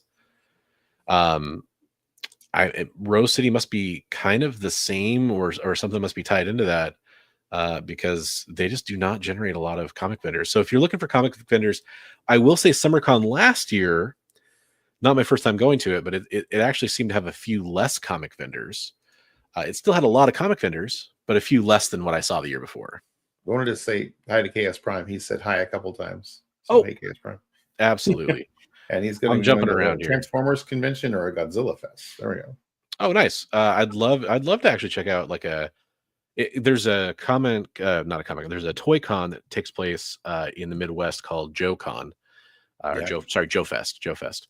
That I would love to go to, but I wish there was something like that here on the West Coast that was like maybe like a Joe Transform, like the 80s toys, right? Like focusing primarily on those ones. That'd be awesome. Yeah. I think Chaos, you just got like a really big Transformer, didn't you? You got like some big, huge, giant Metroplex or something. I think was it Devastator? Maybe is there a new Devastator that just came out? Is there a new version of Devastator? There's a one that they're releasing the first two figures. I can't remember which two or whatever. Like I think it's the cement truck and one of the other ones coming out soon. Gotcha. But I mean, there might be like some big release that wasn't part of the mainline figures. Razor says, "What is Frankenstein?" So it's Frankenstein Comic Swap. You can find out information on Facebook, Instagram, IG. Facebook. But it's just a one-day show that takes place, like we said, around St. Patrick's Day and Halloween, twice a year, and it's just like individual collectors selling off excess books. Like there are some shops there, but it's a lot of people who part-time sell or whatever. So, did you read Chris's comment? What did he say? Everyone dresses. Yes, that's exactly what happens, and you got to be there. It's super awkward. Behind the Waffle House. Yes. And it's worth noting that it is put on by a couple comic shop owners. But yeah, the level of awesomeness I've seen from those guys putting on the show, like selflessness. It's not about their shops. They're not advertising their shops as part of it. It's and I've heard him talk, some people, I've heard people go up to the owner of Cosmic Monkey, for example, and say things like, oh, well, like you should go because of this, or like you got preference. And he's very much like, no, you do it, or no, the tables are free. No, you do that. Like, it just seems like they're really just trying to give back. They're just trying to give people a space to go do this stuff, to share comic books. That's Cosmic Monkey puts it on, but they don't attend, right? They just put it on, right? I think in talking to him, I wish I could remember the correctly. I think he has had a table there before. Okay. But it's not the primary, like, I don't know if it's their shop or if it's more of just like his personal table kind of a thing. Which there might not be much. Chat is like flying by. Hi, K-pop junkie. Hi, I need to see K-pop. Wow. Yeah. She said there's something Frankenfest in her area. Oh, nice. There we go. Yeah. Thank you for pointing that out. I totally missed some chat. I was just like, no, the chat list like just flying by. I'm like, wait, there's people that I want to say hi to. Ticklefest is put on by comic shop owners. That's correct. That's right. It's going to become a thing. We're just going to, it's been launched here. Chris, you forgot to copyright it. Oh.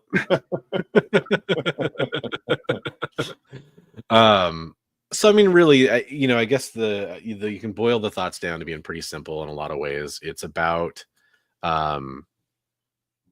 selling, trimming down what I have. I love your fitness angle. Something that's definitely always on my mind personally. But I like how you kind of compared that to do I have the energy to go down and rebag and board and do all those kinds of things, right? Like, that's a good way to go out hunting. Like I the other day I went out hunting for the first time in a long time. Oh, nice. And I went to a place that I go to. It's a 3-story outlet mall kind of thing, and you go up 6 flights of stairs to get to the top. And the next day I was like, God, I'm hurting so bad. And I was like, oh, that's right, stairs. Yeah. I don't know why. I thought you meant like literally hunting, like going out in the woods and hunting. And I was hunting comics. Oh, yeah. Because I'm digging for books, and even it gets hard to get down on your hands and knees and go through bins on the ground. I mean, for those that don't know, I'm a big guy, but I also have back problems. I broke my back when I was a teenager in a car accident. Mm-hmm. Pretty much ever since then, looking down at that. If people have the tables and then they have like the bottom row of comic boxes, I'm like, man, there could be a lot of stuff in there. I guess I'll never know. Right. A lot of times. It depends. Right. But yeah, it's like, my back will definitely let me know if I look through too many of those. There's a shop that I'll have to talk to you about this afterwards, because I don't want to call them out and make it sound bad. There's a shop that has like probably 50 long boxes on those kinds of, folding tables, and then the same number right below them, and they're all long boxes. And I'm just like, man, every time I like get the courage to look through those boxes, because they're mostly unsorted, right? Those bottom boxes, there's so much better stuff in them. Oh, because nobody wants to get down there and dig. Yeah. Yep. For sure. It's funny how that works. Fortune favors the bold. Yeah. Fortune doesn't favor my back, but it does favor the bold. Fortune favors the nimble. So I kind of expected a few more people to chime up and chat about this particular part of the topic. And if you didn't, that's totally fine. If you want to let us know if you're watching on the rewind or if you're watching on the live stream and you want to leave a comment afterwards, let us know what you're changing in your comic book collecting in 2025, because I'm really interested to hear what people have to say. Because to me, this is something I always do every year. I always take a look at this.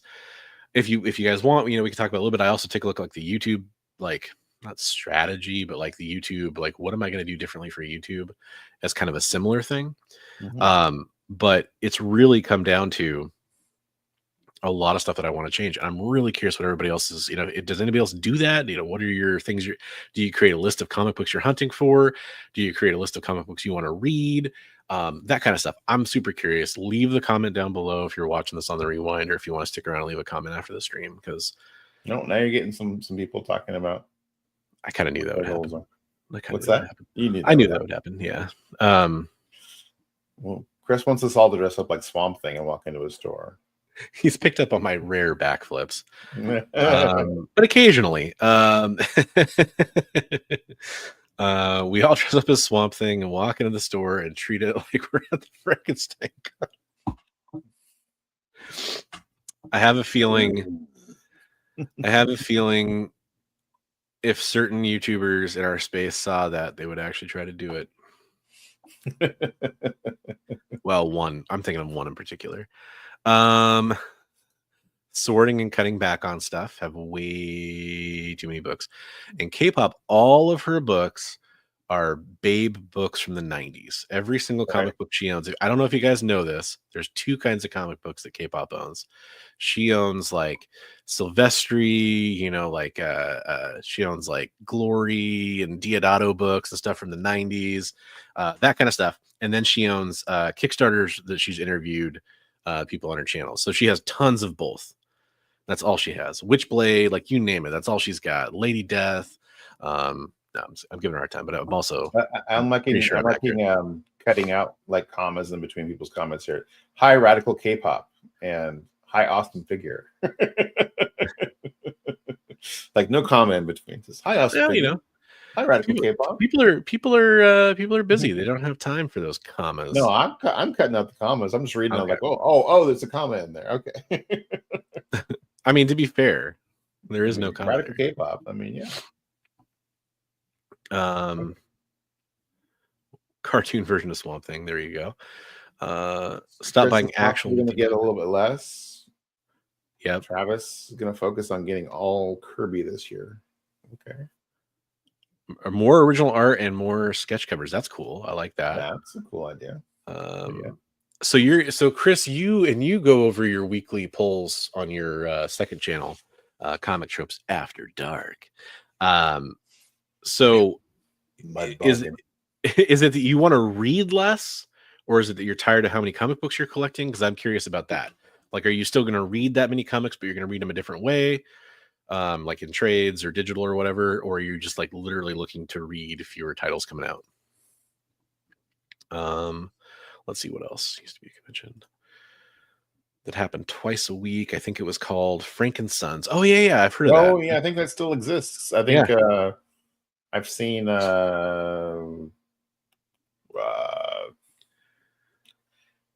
who was it? Was it Swag that was doing that? That went to Frankensons? That sounds familiar. Yeah. I know somebody definitely went to it. Like I could see a guy like Lunch Money going and doing that too. I'm pretty sure it was Swag. I'm pretty sure. Yeah. Comics Limited, who by the way I forgot to mention earlier, he does a weekly whatnot sale. He's listing some comic books on eBay, so there you go.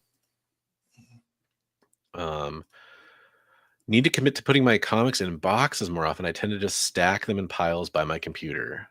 Yeah, I'm guilty of that too. The stack, man, I hate it. I hate it. Piles of books that just I bring books up here to talk about on the show, and then they just stay. Oh, K-pop, I for sure have the same books. Don't worry. I wasn't making fun of you, but I just remember there was I'm some. just saying you have good taste. Yeah, no, there was some stream that K-pop did that I loved, where she was just pulling out. I was in the chat. I think she was just pulling out like all that. I think maybe it was a haul that she got. Just Aspen and all that great stuff, right? Like it was awesome. John has a checklist for Batman 200 through 400 that you're collecting. Yeah. So do you have a good chunk of that already, John, and you're just trying to fill in the gaps, or do you have like a half or more you need to pick up? Curious to see what you say on that. I feel like I try things and end up not being super into them. Okay. Which is kind of, I think, like we're saying, we see a lot of people who do that at Frankenstein. Like all the stuff that they tried out, didn't necessarily like, man, tried it, didn't like it. Here it is. Yeah. And that's what Frankenstein's so great for. And I wish, we have a private chat we're part of called the Comic Trading Network. I'm not going to divulge any secrets or anything, but that's just, it's a few people that are in there. And I wish there were more resources for that, because it's literally like, hey, here's my kind of list I'm looking for, the titles I have a lot of, and everybody shares the same information, and some trades happen there. And that's pretty perfect. Yeah. I don't think I've ever pulled off a deal in there. No, I haven't either, but like but people have, like, the people have shared their. Travis has pulled off a few in there. Yeah. A few of other people we know that I wasn't going to say any names. Geez, I'm just kidding. It's not like it's a very secret group. It's just, I'm sorry, Travis. One of Awesome Sauce's goals is to pick up some animation cells. Oh, that's cool. Especially from Batman. Ooh, Batman Beyond. That would be neat. That'd be awesome. Yeah. Animated series for sure. I just got in rewatching the animated series with my kiddo. That was a lot of fun. She really, really liked it, which is, it's just so cool to watch her watch stuff like that I watched when I was a kid. Trope says he tries relaunches and event titles sometimes, and usually don't get too into them. Yeah, that's kind of, I was reading Bloodhunt as kind of I don't like reading event titles, and it was kind of my dipping my toe in that well again, because I hadn't done it in years. Like I read the main line, like King in Black, and I read the main line. Whenever there's an X one, I do tend to read most of that, but most of them are just not that great. Looks around at piles of comics in his office. That's funny. Piles, but you're getting better about it. Ooh, Marvel Spotlight 5 through 11 is Renegade Rant's goal. Robbing banks to afford the 5 is a possibility. But I mean, if you ever need you got like a 6, didn't you, when we were at the show? I think I have I've got a few Marvel Spotlight. You got a 6. It wasn't in the best shape, but like it was really cheap, wasn't it? Yeah. Didn't we get it like $1 bin or something? I was like, it's I don't like an appearance of Ghost Rider. I don't think it wasn't a. It was like maybe like a $5 bid or something like that, but it like had a tear in it or something. But it was like, I'm like, this is like an appearance of Ghost Rider. In fact, I can tell you that I paid $50 for that copy. Oh, was it $50? Okay. Yeah.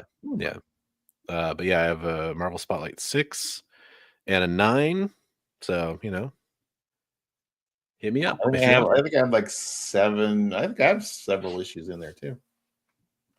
We could help you out. Lords of Brooklyn, too many action figures. I mean, there's a Balin skull right there for you. That just came in a while ago. Or that's a good one. Let's see. Too. I like that little retro stalker. There you go. G.I. Joe. Yep. There's ridiculous amounts. Actually, it's not really a normal action figure, but I was super happy to find this. I went to, there's a chain of not Lego stores, but they sell Lego called Bricks and Minifigs around here. I went to one, and I've been chasing this Supergirl minifigure that came from Lego Dimensions, the video game, for so long. And they had one, and she has a cracked torso or whatever, but I didn't care because it was a really good price. I just wanted that figure for so long. I have the Green Arrow, which is like the Arrow TV show version of Arrow, which was the other poly bag that was hard to find for those. I mean, in brand new, those go for a ton. I was just so happy to have one, Cool. or at least they used to. I don't know if they do anymore. Trip says, I set realistic goals. I'll write Batman this year. Just pick up a pen and write Batman.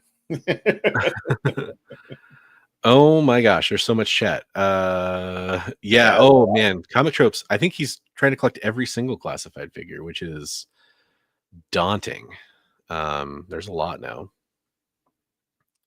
Did you ever unbox your Dragonfly? You had to get one, Chris. You know you're getting everything. So the HasLab Dragonfly. Oh yeah, I think I've got not all of them, but I've got a lot. That's a very kind offer, but I've got a lot of them now. I can't even think if there's any that I really still would like want that I don't have, but I do have like the little mini builds and everything, like the Back to the Future and all that stuff. It was really cool. I'm glad they did that. It was a fun game, short-lived but fun. Wow, that's incredible. That's awesome. Oh, you haven't unboxed any of it? Wow. Okay, it's all in box. Crazy. What did you pick up? Good night, Chaos Prime. It's a weird collection. No, a lot of people they would kill for that. Some of that stuff's definitely be worth a lot of money at some point too. The chat is. Wow. I know you guys are blown up. The higher end figures, yeah, higher end figures are. It's kind of a weird thing for me. It's like the quality on cheap production figures has gotten so good, and like getting like,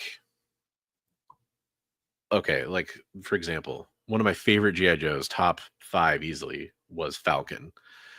Getting a 6-inch version of Falcon that's like highly articulated and highly, posable, and that's the same thing, detailed, was so cool. It was so cool that they did a terrible job on the face, and I even got like a second Night Force version of the figure just to do a head swap on the original figure because they did a better face. That's where I'm at. And so like the higher end figures, whew, I don't know, like I've even ventured into some knockoffs. Like I got like this this is like I don't have the figure in the package anymore, but it's a Mezco knockoff, or not, sorry, not Mezco, Mofex knockoff. And everybody was posting these online on YouTube and stuff like that. They're like, I don't know, $90 figures brand new, but you can get the knockoff for like $5 and it's almost the same quality. Those high-end figures are so cool, but man, they're expensive. Nice. Ooh, going bonkers on toys in Japan. Oh my gosh, that sounds like so much fun. Are you gonna go hang out with what was it, Japan Book Hunter, Dave's buddy? Oh, good point. Good point. The Night Force is a huge improvement. Yes, absolutely.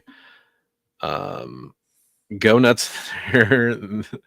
Then the machines, is it true that they have great toys and Dunley machines in Japan? Yeah, sideshows. Oh man, sideshow. I was showing Bigby. There's a sideshow Harley coming out. Yeah, that's a sweet looking fig. It's cool, but it's $700. Like, right, dude. Oh, did Travis did he send you the finished X-23 from Heroes? Yes, he did. I assume you're asking because you want me to show it. Oh yeah. Well, he said if you get a chance. Yeah. I just got to do some monkeying around here, and then after that, we're probably going to call it quits because we actually did end up going the full length. Basically, I told you we have this tendency of being able to chat and having a good time. I mean, in chat, that's the key word. It's the chat that really you guys did it for us.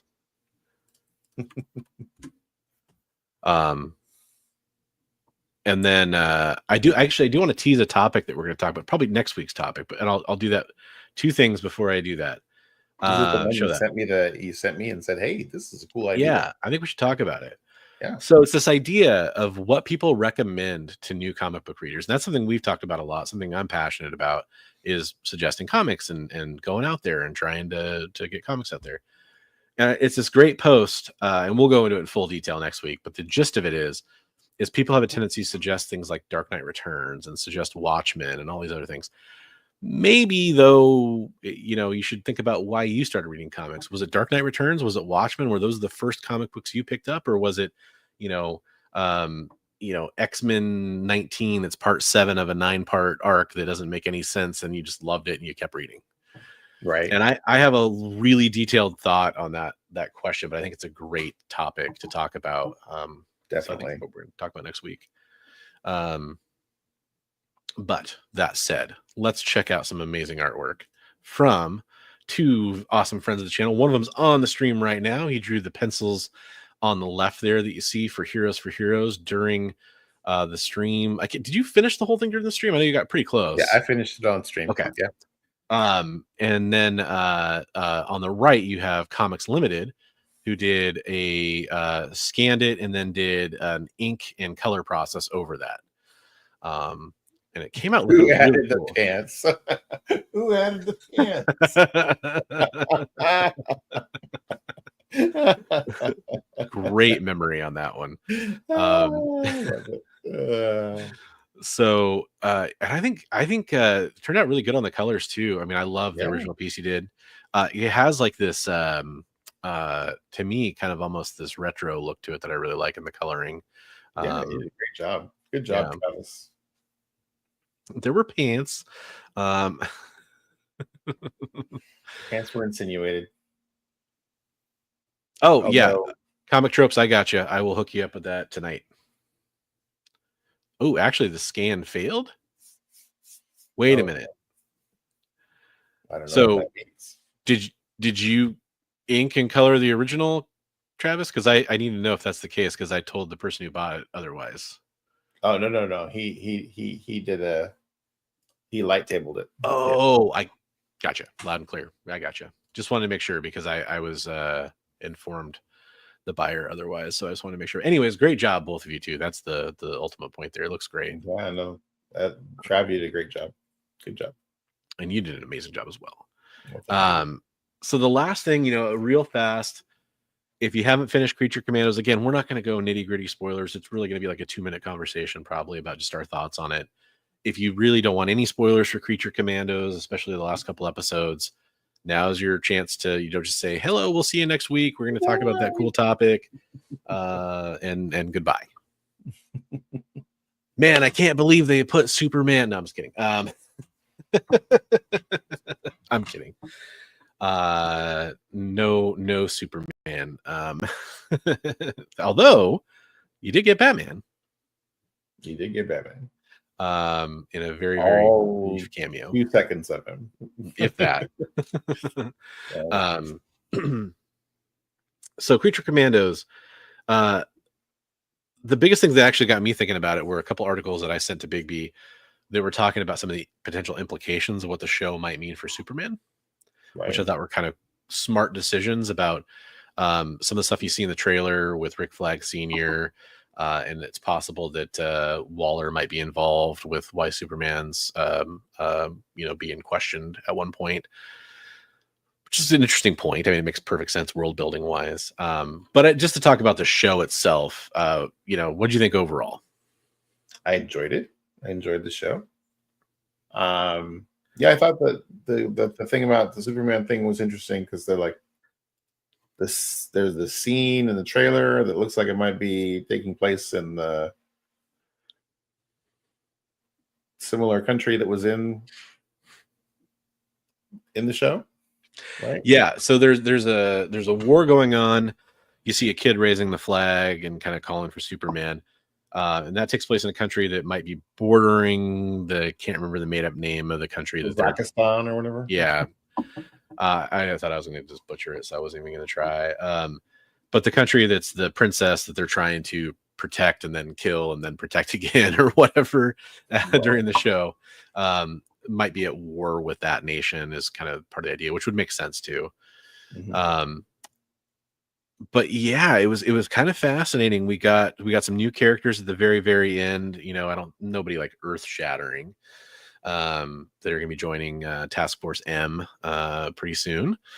And we got a poignant ending, I would say, for the characters. A little bit of sad, a little bit of happy, a little bit of Yeah, there's a mystery. lot of like very definite endings for characters in that show. I was like, oh, like, Yeah. I mean, even earlier episodes, I was like, is Clayface, is he dead? Well, and it makes you wonder because there's rumors about that Clayface project. That makes you wonder about that. Right. There's so I will say, like, to me, I guess the one thing I wanted to talk about was the coolest thing about the show is I liked how you did kind of get a look at the origin story of each of the characters for the most part. Yeah. With the exception of, I guess you really never got Rick Flag. They didn't really do one for him, which you don't necessarily need one for him, but each of the monsters. I really like, once they started getting to Weasel, I was like, Weasel's really cool. Weasel. I think GI Robot and Weasel really touched a lot of people for different reasons. Yeah.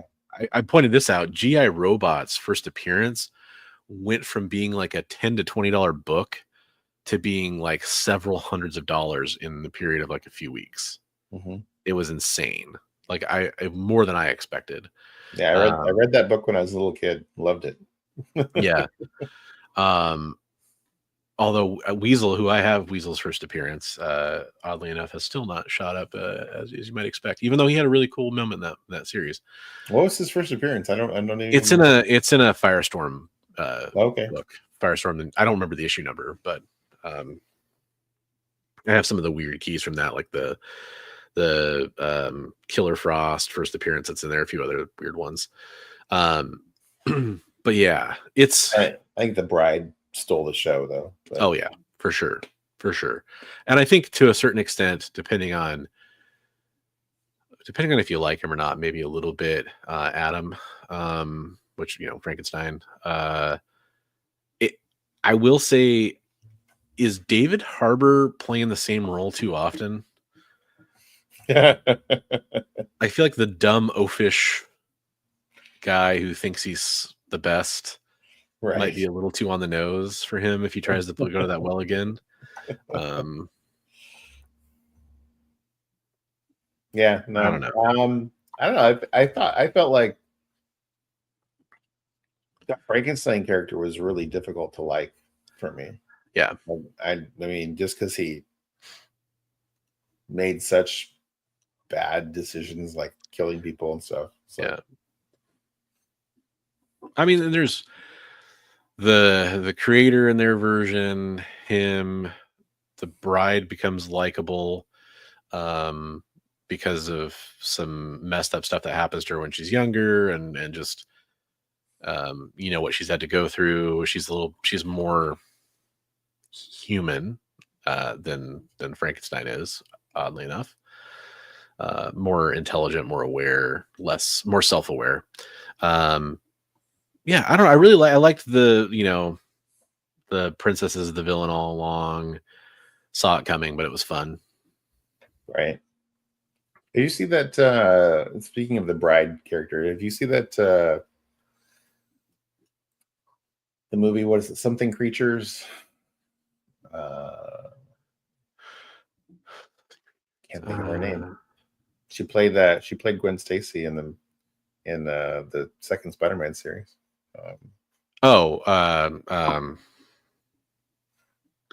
She played Cruella. Yeah. Why am I blanking on her name? Had Mark Ruffalo in it too. The movie did. Something Creatures. It's really good. But wait, is it Heavenly Creatures? That name's in my head for some reason. Emma Stone. Thank you very much. Somebody will say the name of the movie, but it was really good. What's it about though? That's basically the Bride of Frankenstein. Oh, okay. Yeah, I have not seen it. I'm gonna check it out now though. Yeah. I don't want to spoil it, but it's okay. Really, really good. Yeah. Nice. I don't know. Yeah, I liked it. I think that it's interesting. I'm more excited for Superman than Creature Commandos, though. But I do want to see them do more animation projects. I like that they're more tied into the mainstream DC universe. You know, at least ostensibly. We'll see how much that actually is true. I think it's going to be true, but you never know. Maybe it won't become that big of a deal. Okay, it's called Poor Things. That's what it's called. Not creatures. No, no creatures in there. Just things. Yeah. Poor Things. Yeah. It's called Poor Creature Commandos thing. Yeah. No, but it was really good. I'm gonna do you have any other thoughts about Creature Commandos? About Creature Commandos? Yeah. I thought it was pretty well done. There were points where I wished it was a little better done, but I thought it was overall I enjoyed it. But I was getting spoiled. I was watching Creature Commandos at the same time I'm watching What If, so I'm like the animation for Creature Commandos versus What If, Yeah, What If was interesting too. We could talk about that next week or something. I think you're right. I think he was in the room of dudes that they had to impress to get Task Force X greenlighted. But yeah. What? David Harbour being in the first Suicide Squad. Oh yeah. Which the first Suicide Squad isn't canon, but the second one is mostly canon. Comics and movies are weird now. Yeah, I wonder what how the first appearance of the Bride is doing. I bet that's probably doing pretty well. Probably doing very well. I don't even know which issue that is. But yeah, Awesome Sauce. Yes, that's fine. You can definitely hit me. Absolutely, anybody can hit me up anytime. But yeah, you're more than welcome to, brother. It's thebronzeagenerd@gmail.com. So my final thought is going to be totally non-related to comic books, but it's something we watched recently, which made me think about it. And I'm just going to recommend it. It has nothing to do with anything else. I'm obsessed and love the new French version of The Count of Monte Cristo that just kind of started hitting the United States. It's like a 3-hour long French language subtitled movie. It's like France's, maybe I'm wrong on this, but I think it's France's largest budget film, I want to say. Is it really Seven Soldiers Frankenstein 3? I think I have that.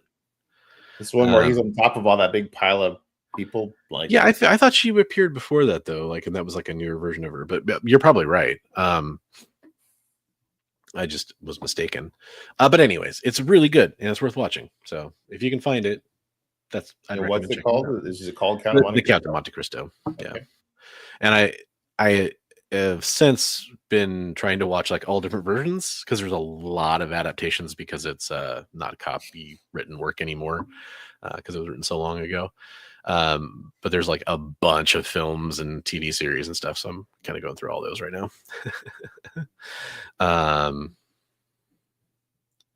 Oh, okay.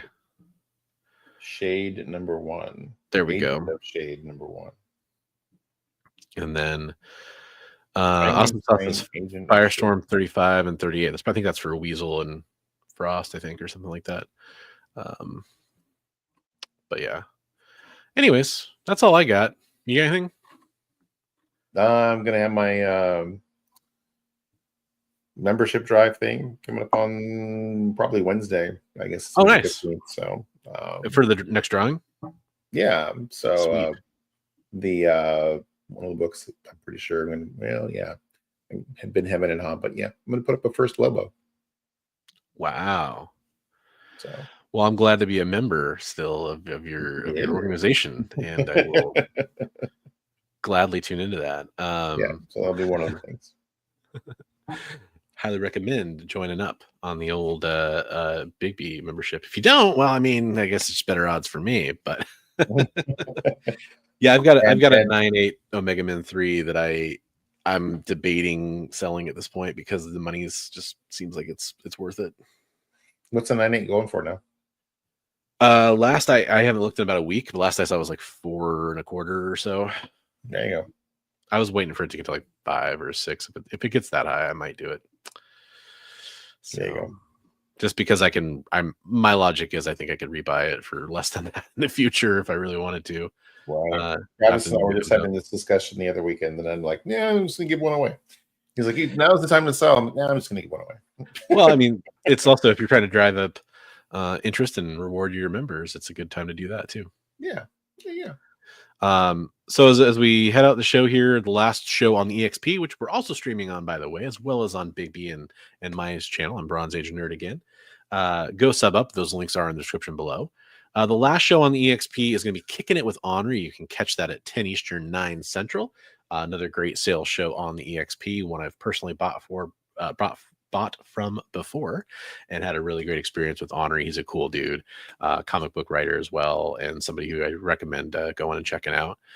So go check out Kicking It with Henri at 10 Eastern, 9 Central, 7 Pacific if you want to go buy some comic books tomorrow on the EXP. He's got some great stuff. Good dude. And with that, we are going to get out of here. Have a good night. Have a safe week, everybody. We'll catch you next week.